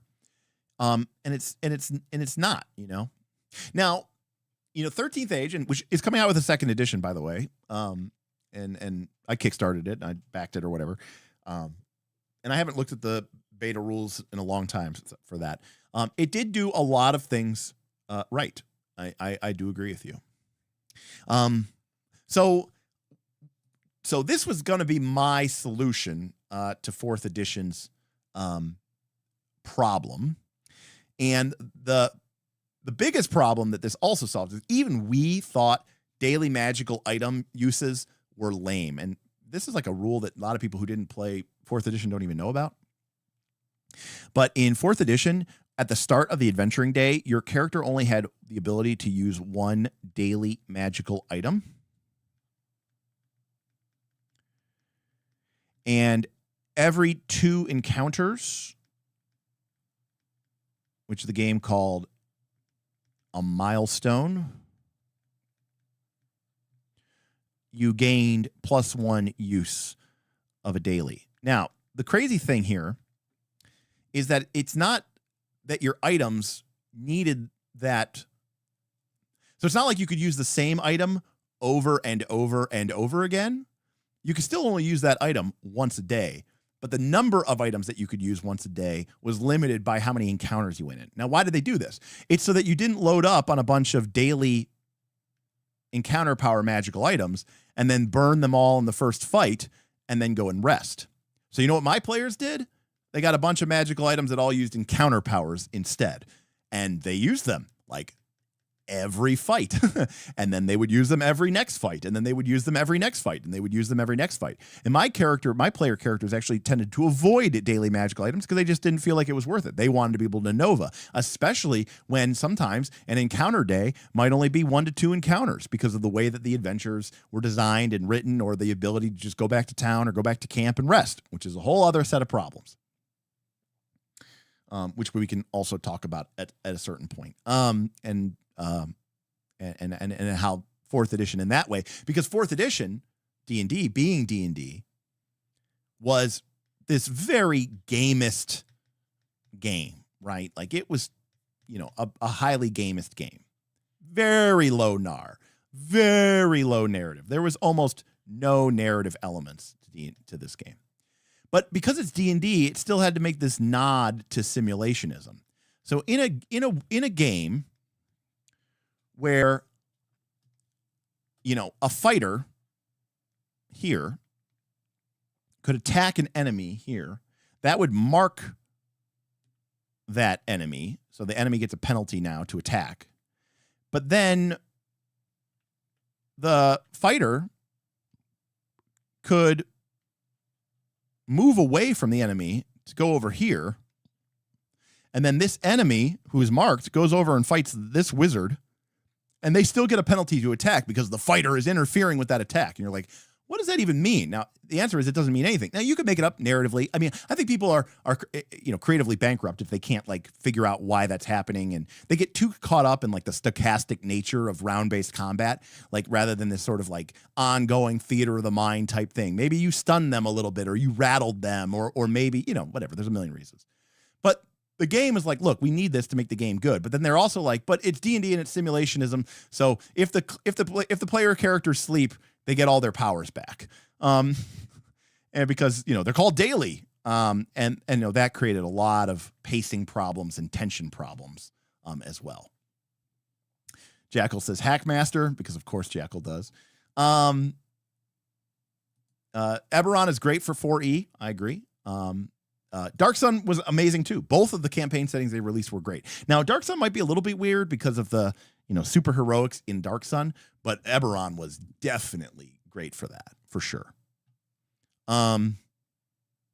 Beowulf hates the whole idea of daily powers and encounter powers. I'd rather have them draw from some kind of stamina pool that they draw from. It's so interesting to me how I've heard people say, I don't like daily powers or encounter powers. I want a stamina pool. Or I've heard people say, I don't like spell slots.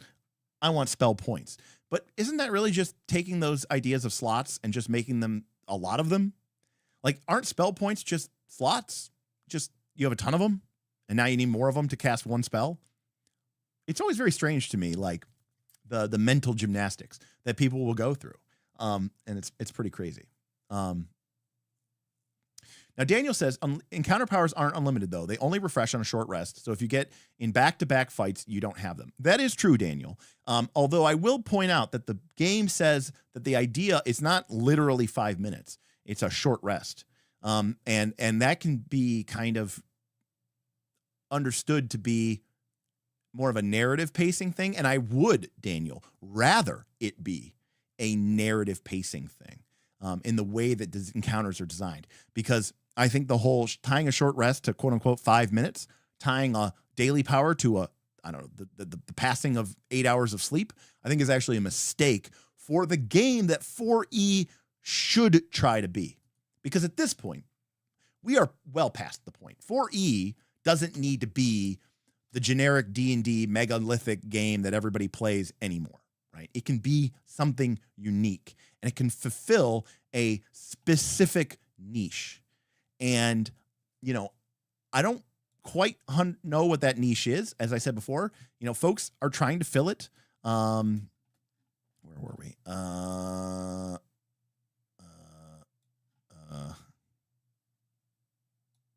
don't even remember where it was. Oh, here it is. it's, trying to take this idea of cool combats with awesome powers and combining it with the OSR, or combining it with Forged in the Dark, or combining it with Powered by the Apocalypse. And maybe that is a good solution, and maybe that's one that we can kind of explore as we continue this series. But I think that some of that is missing the mark, because not missing the mark, but what I'm trying to say is the closest thing that I've seen yet to a game, and again, I haven't updated myself on the rules in a while, is the closest thing that I've seen that is trying to do what 4E, I think, was trying to do. Now, whether they will succeed or not remains to be seen, and I have to take a look at the rules, is Draw Steel, right, from Matt Colville, DM. So that is the game system that, in its premise and its approach, I think is the most true to what 4th edition could become, because it is taking what 4th edition is good at and doubling down on it. And it is saying, we don't need to be the game for everyone, right? We don't need to be this generic RPG of fantasy anything. No, this is saying, if you want to play D&D as heroic cinematic adventures who kind of kick ass and take names, and they're big damn heroes, and they kick in the door, and they look like, they look like anime characters, or they look like comic book characters, and you love over the top, action. D&D, especially 4th edition D&D, is not for your quiet character drama. It is not for your low fantasy sword and sorcery. It's an over the top game. It's certainly become an over the top game. And to think it was anything else in the back in the day, I think is also a mistake. I mean, the game always had comics in it. The 1st edition DMG had dumb little comics in it. For God's sakes, people, the game has, like, since inception, has had big floating hands that, like, flick people in the face, and, like, big disembodied hands that grab people, and gelatinous, cubes of, feather tokens that turn into boats, and just the dumb, girdles of masculinity and femininity. I mean, the game has always just been filled of just, like, gags and silly stuff, and the game is what the game is. Like, if you really thought about what a lot of D&D things would look like if it was done in real life, you'd be like, oh, this is really lame. It wouldn't look anything like Legend of Vox Machina on Amazon Prime. No, like, the game that people want D&D to be is not whatever they're playing in that Legend of Vox Machina. If you watch Legend of Vox Machina and go, I heard this is from Critical Role, I heard this is from D&D, I'm going to go play D&D, and you pick up the book and you try to play it, you're not going to get that experience. So I think 4E D&D gets close to that. Now, MCDM is really leaning into that cinematic role-playing, or cinematic fantasy adventure role-playing. 4E may be able to do that, Hey, Darth, what's up? Darth Glock tipped $15, just showing the support for the 4E stream. Cheers. Thank you, Darth. Knox. Watch Legend of Vox Machina, then watch a combat episode of Critical Role. Oof, that is totally accurate. But thank you, Darth. But Darth is a good example. I mean, Darth is somebody who, not with 4th edition, but with Pathfinder 2. Darth is kind of sub in 4th edition for Pathfinder 2, but he's trying to mix it with Forged in the Dark mechanics, because he's basically saying, I like, the numbers and the math and the combat mechanics of Pathfinder 2, but I love the out of combat actions and skill systems of the Forged in the Dark games. Wow, I wish I could combine them. And he's been, kind of experimenting and running a game now for what feels like 2 years, Darth. And, so there's definitely a desire for people to sort of fill this, Well, no, Darth, what we're talking about is, like, if 4th edition, 2nd edition, if 4th edition was to be revised, not just remastered, really, honestly, but, like, if they were to do a brand new edition of 4th edition, if 4th edition was to get forked completely from D&D, and you were to make a new version with everything that we know today, along with some of our personal biases, what would that game look like? And as I was saying, Darth, I think a lot of people have tried to take the 4E core game engine, which, like I said, like most D&D games, is a combat system. And then they've tried to append what almost a separate system for skills and outside of combat. And some people have used Powered by the Apocalypse. Some people have used OSR. Some people have used Forged in the Dark. And, you know, I'm just taking a step back and I want to look at that approach, and I want to think about the pitfalls and the promise of that approach. Shannon says, the campaign that Chris Perkins ran was a very good example of how wild and crazy a good 4E campaign was. Big and world-spanning, players sacrificing, lots of actions, something with ships. And this gets to the whole idea of like Eberron being really cool for a 4E campaign.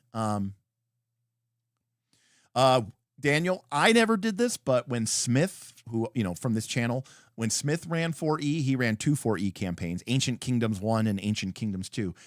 He used a rule of being able to spend healing surges to refresh their power. I have looked at Orcus, but like flipped through it, and then I had a million other things that I need to do, so I kind of avoided that. Yeah, there's a lot of stuff going on the whiteboard. So 3.5 hours later, and we got through like 2.5, 3 points. We talked about magical items, and we talked about it not being a role-playing game and combat being too long. But it's not really a problem with combat being too long. It's a problem of, is combat boring? But, you know, I think there's more to talk about here, and we have a big audience, so we'll be back. I mean, we'll talk more about 4th edition in the weeks to come, and, you know, maybe not quite. I mean, I'm not gonna design a new game, but we can kind of talk about like what are some things that I would change and how would I implement them differently. You know, I know, like, you know, like, spoiler alert, I love the power source role array idea, right? So you've got like defender, striker, controller, leader, and then you've got your martial, you know, arcane, divine, whatever. And so the idea of a martial fighter or martial defender is the fighter.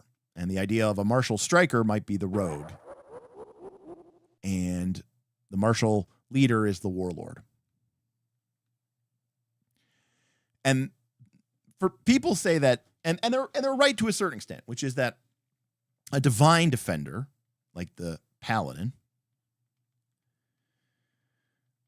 their powers have, you know, slightly different shape and tone, and they give different statuses and they do different things than a fighter, right? But at the end of the day, the fighter has, you know, 3 at-wills, 4 encounters, 4 dailies. They have the same powers in the same structure as the paladin. So the paladin and the fighter both kind of use their powers the same. They might be a little bit different in what they can do. Like the paladin's powers oftentimes can include things that heal their allies. The fighter's powers don't really do that because that's more of a divine thing.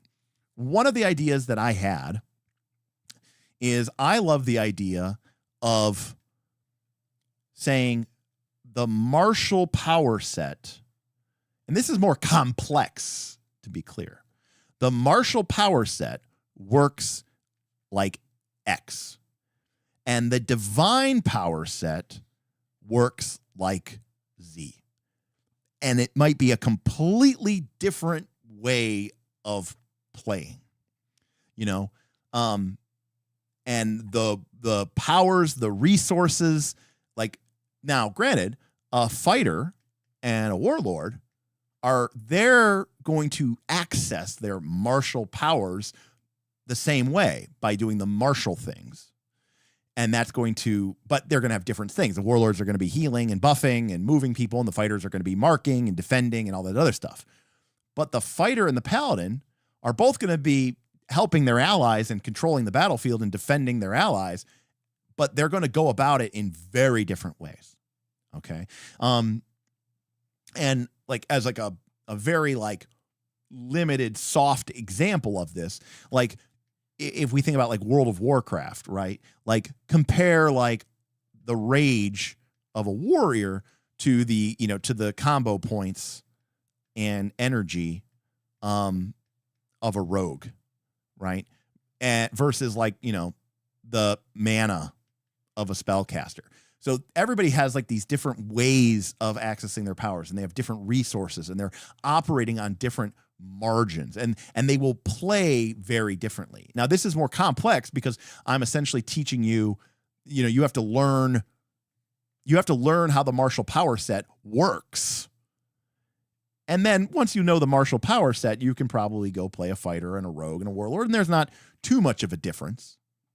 But if you want to go learn how to play a paladin or a cleric, you're going to have to learn a whole new subsystem.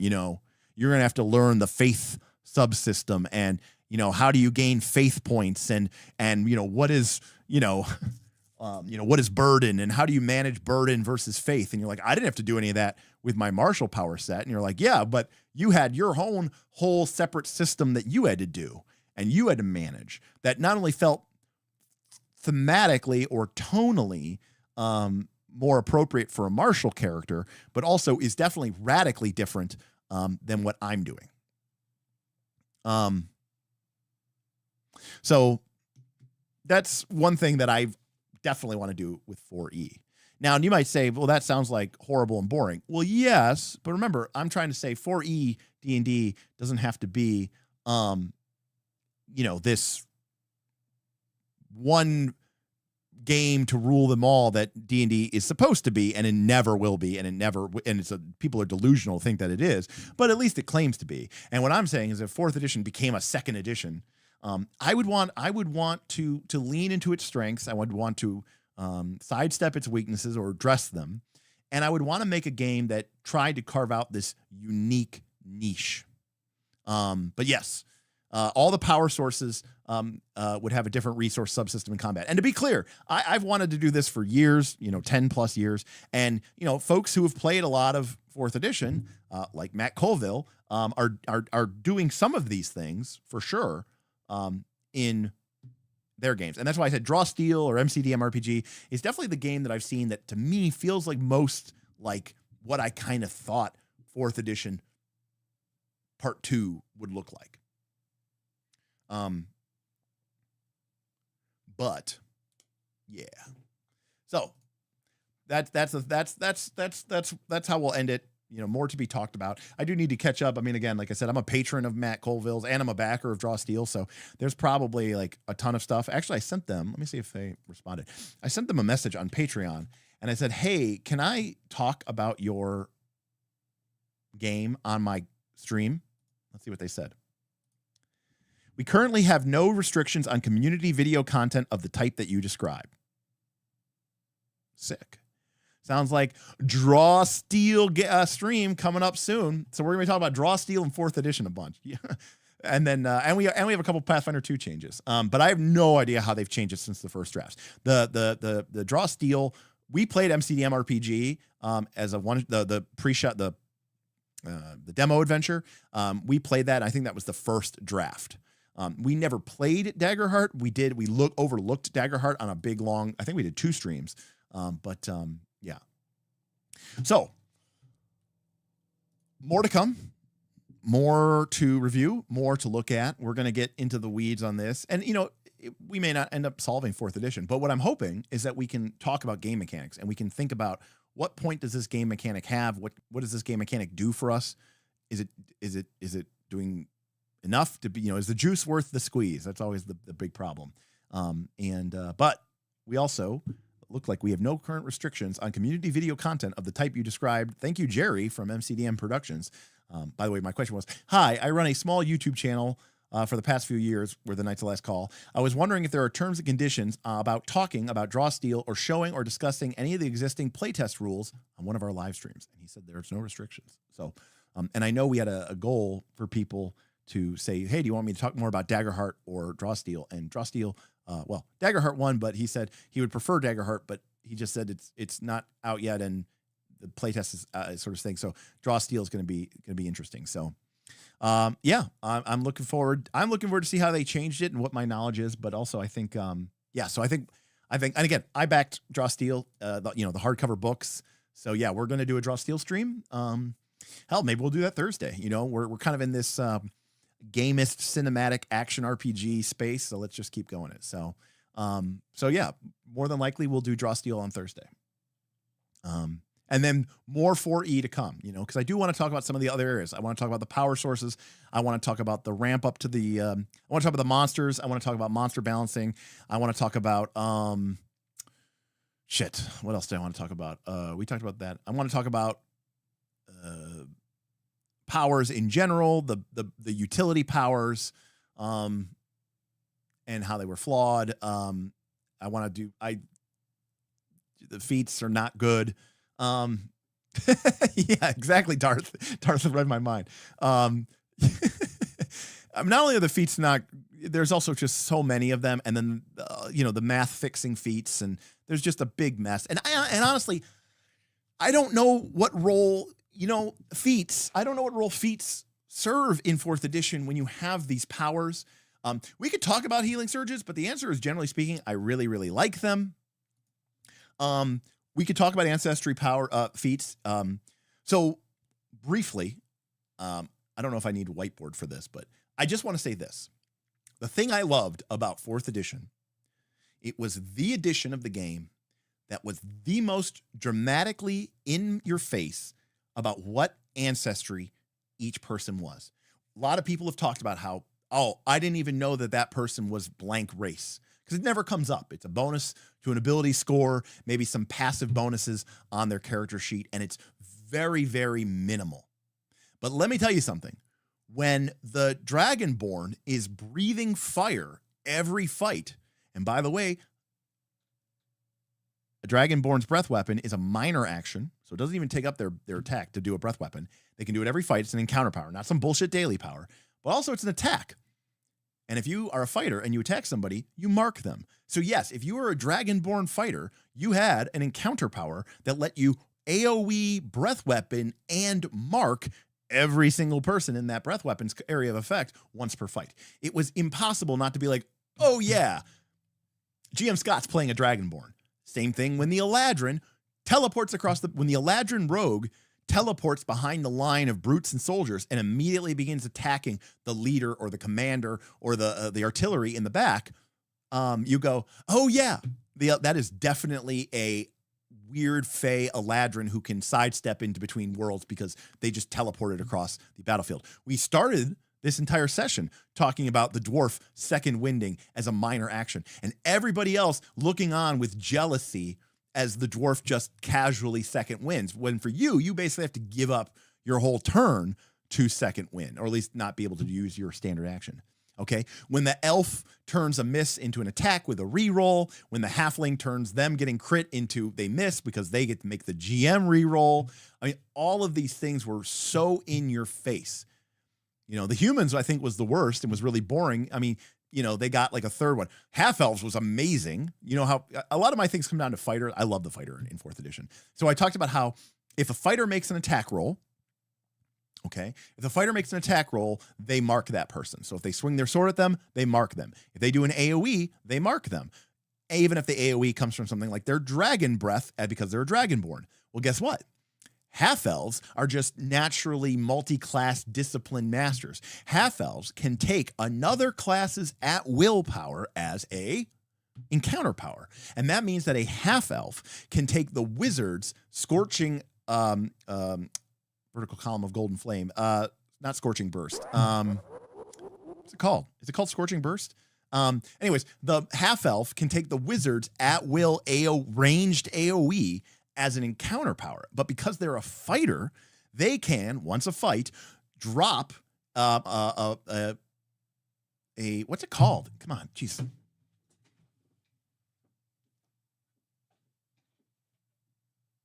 even know where my 4th edition player's handbook is.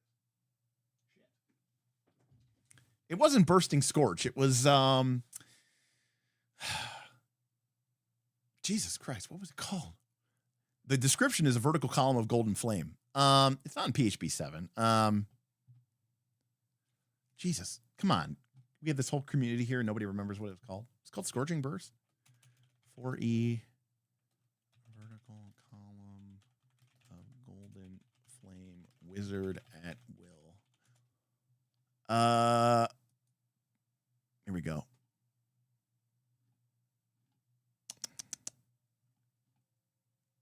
Thunderwave, no. Scorching Burst. It was called Scorching Burst. Okay. It was called Scorching Burst. Anyways, Scorching Burst, wizard at willpower. You create a vertical column of golden flame that burns all within it. Choose one tile, whatever far away, 10 squares away, and you hit them. So if a fighter, half-elf fighter, they could take a wizard AoE range spell and drop it on somebody and, Vin, no. Because in the same, I know you're going to say, if I say this, you're going to type this in chat. You're going to go, yeah, it's cool. But Fireball is cool. So Scorching Burst is dumb, but Fireball is fine. Fooster, thank you. I think we need more 4E content. Thank you for this stream. All right, well, there we go, buddy. Thank you so much. I appreciate it so much. We're definitely going to do some more 4E content. This was a lot of fun, and it was a good time. It was fun to have a lot of new people in here. And again, I'm not one of those. I'm not going to be apologetic for 4E. There's some things it does badly. There are some things that it does. There are some things that it does badly that it should do well, and they need to be fixed. And there are some things that it does badly, and that's okay because the game isn't about that, and it shouldn't need to be. Again, given the way that people use 4th edition D&D and the way that people are going to use things like MCD, Draw Steel, do you think, I have to look in the rules, but I think Matt Colville is deluding himself if he thinks that Draw Steel is going to have good exploration rules. We'll see. And I know in the playtest version, he was all in on this social combat system, but I just don't see it happening. We'll see. I just don't think that's the way that people are engaging with the game. And I say this as somebody who enjoys a social combat system. Now, is Draw Steel a dumb name? Yes. I didn't like it. But let me see. You know what? Creativity is dead. Let's go to the GPT. All right. ChatGPT. I have a wizard cantrip that makes a blast of fire. It's called Scorching Burst. Can you give me 10 alternatives? All right, here's what ChatGPT thinks we should call it. All right, I'm ready for people. I'm gonna find my best ones. Now remember, this isn't supposed to be something super and special. Flaming Burst would be really good. Polls coming up. Yes, OGM Scott. I'm well ahead of you, buddy. I'm getting there. All right, better than Scorching Burst. You got to make your vote. Okay, here we go. Let's see here. Flame Surge. Pyro Flare. Thermic Obloid is good. Ember Pulse. And Firebrand. All right. Those are the options. Which one do we like? Which one do we like better than Scorching Burst? Oh.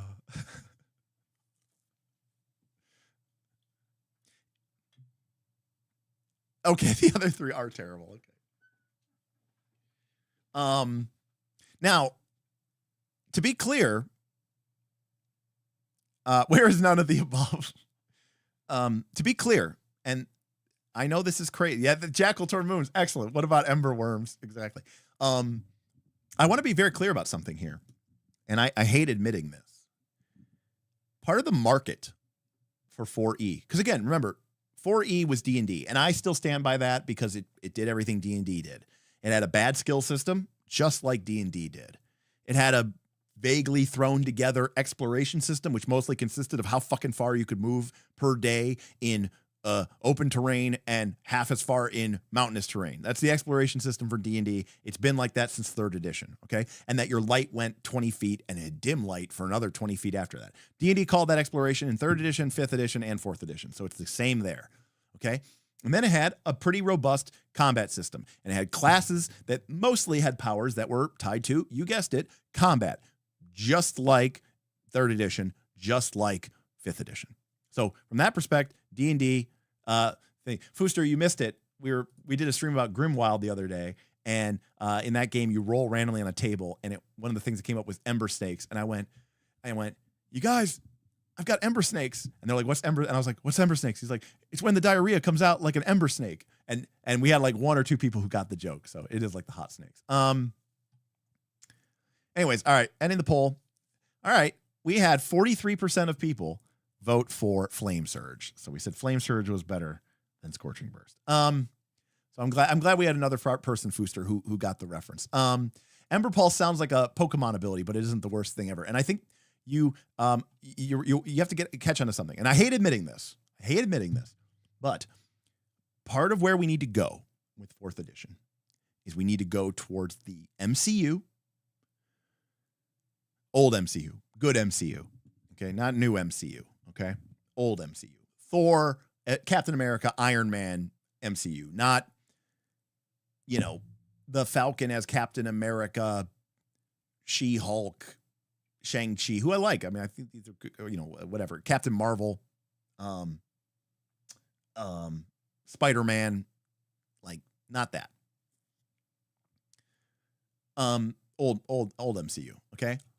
We need to go MCU, and I hate to admit this. God, I hate to admit this. We need to go more anime. Okay? That's where we need to go with our 4th edition.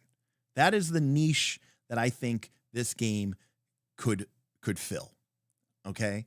That isn't being filled. Because I've seen anime games. We reviewed one on this channel, and it was not good. And I think there is a underserved contingent of community members who like powerful characters who get ridiculous powers and mostly fight, and then the non-fighting mechanics is kind of more hand-waved. And I think that has a good, clean, fast, but tactically deep, strategically interesting, good character build options. And I think that is an underserved, demographic in this space. And I think that's where 4th edition potentially could carve out could in some version of it, right? That has emerged. All right, there's clip it. Derek's been replaced. That is true. There we go. For example, here's how you know it. Inner Radiance Torrent was like almost like a 4E power. It was definitely like an anime power. And Pathfinder 2 realized their mistake and nerfed it. But yeah. Horizon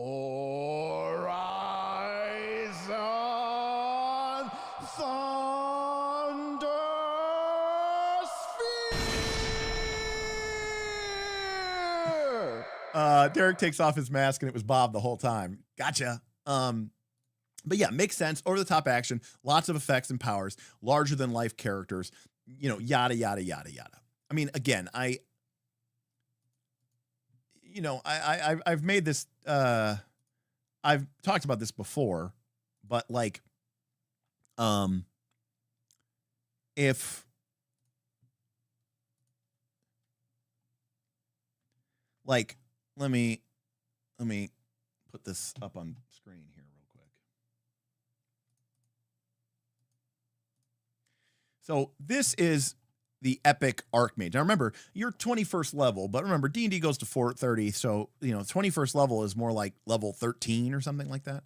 Like, look at this ability that you get. All right, called Arcane Spirit. This is just a thing that you get once per day. When you die, you can detach your spirit from your body. In this Arcane Spirit form, you heal to maximum hit points and gain the insubstantial and phasing qualities.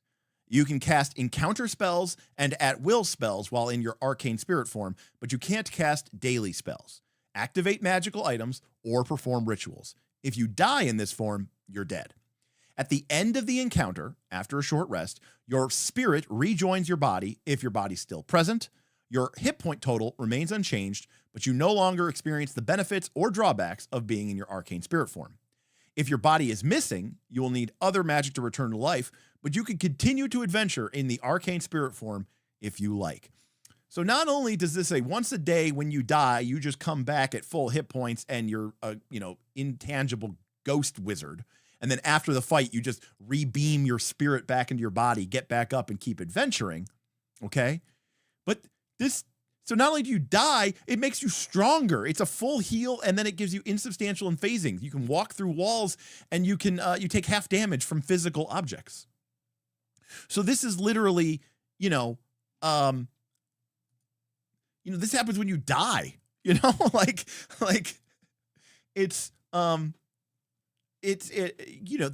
is on a different scale. We are far away from the gritty dungeon crawler who's worried about how many torches they have, right? And 4th edition, it leans into that, and it knows what's up,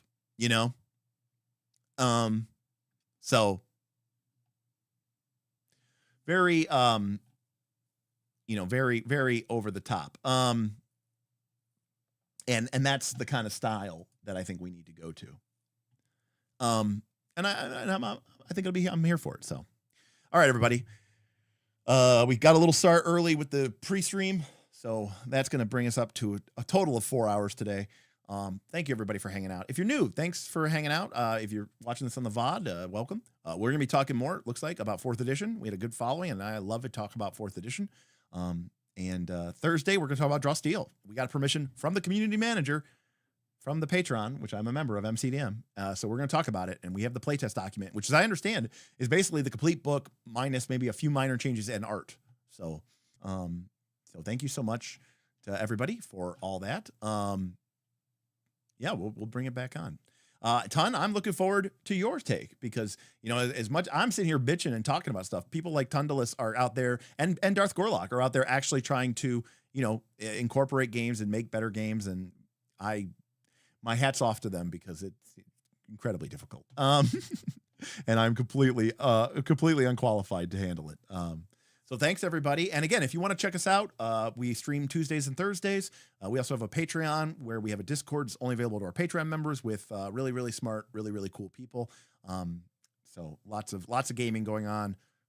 There's 4th edition games going on, but there's also Pathfinder 2 games and Torchbearer games and Alien and Forbidden Lands and Fabula Ultima and God knows what else. We have all the games. Let's see what we got. We have sign up. Here we go. This month so far, we have, let's see, Slug Blaster, Star Wars, Pathfinder 2nd Edition, Legend of the Five Rings, Star Trek, Delta Green, Fabula Ultima, Forged in the Dark, Arden Vol. Ooh, someone started an Arden Vol game using old school essentials. Delta Green again. My Torchbearer game, 4E, Daggerheart, Werewolf the Apocalypse, Pulp Cthulhu, Righteous Blood, Righteous Blades for another 4E game. That's the Dungeon Delve drop-in game. Forbidden Land, someone starting the Raven Purge game. Pirates of the Last Call, someone starting a One Ring game. Grim Wild coming soon. Who's doing the Forbidden Lands game? Oh, Goblins and Android is. Or no, Jace is. Oh, shit. Sweet. Anyways, awesome stuff. So definitely cool stuff, and I encourage you to come check us out. As for everybody else, thank you so much for showing up, and thank you for being part of this channel. Thank you, Fooster, Channon, Darth Gorlock, Frostjack, GM Scott, Anthony, Tundalus, Vin, Duncan DT, Sebastian Gregory, Tundalus, Marks Mayhem, Fooster, Dr. Metropolis, and Damian Williams for the awesome and incredible support tonight. I thought this was going to be a dead-end stream with 35 people. We had over 100 people, and we did over $100 in support and tips. You guys are voting with your wallets and your attention, and I'm hearing you. Awesome. We'll continue to talk more about Draw Steel. We'll talk about D&D 4th edition. We'll talk about cool, fun, tactical combat games. And maybe, just maybe, someday, we can have a game that's as cool and as awesome as Book of Nine Swords, the Tome of Battle, was. We can all dream. We can all pray. Until next time, my name is Derek, and we'll see you on Knights of Last Call. Peace. See you next time.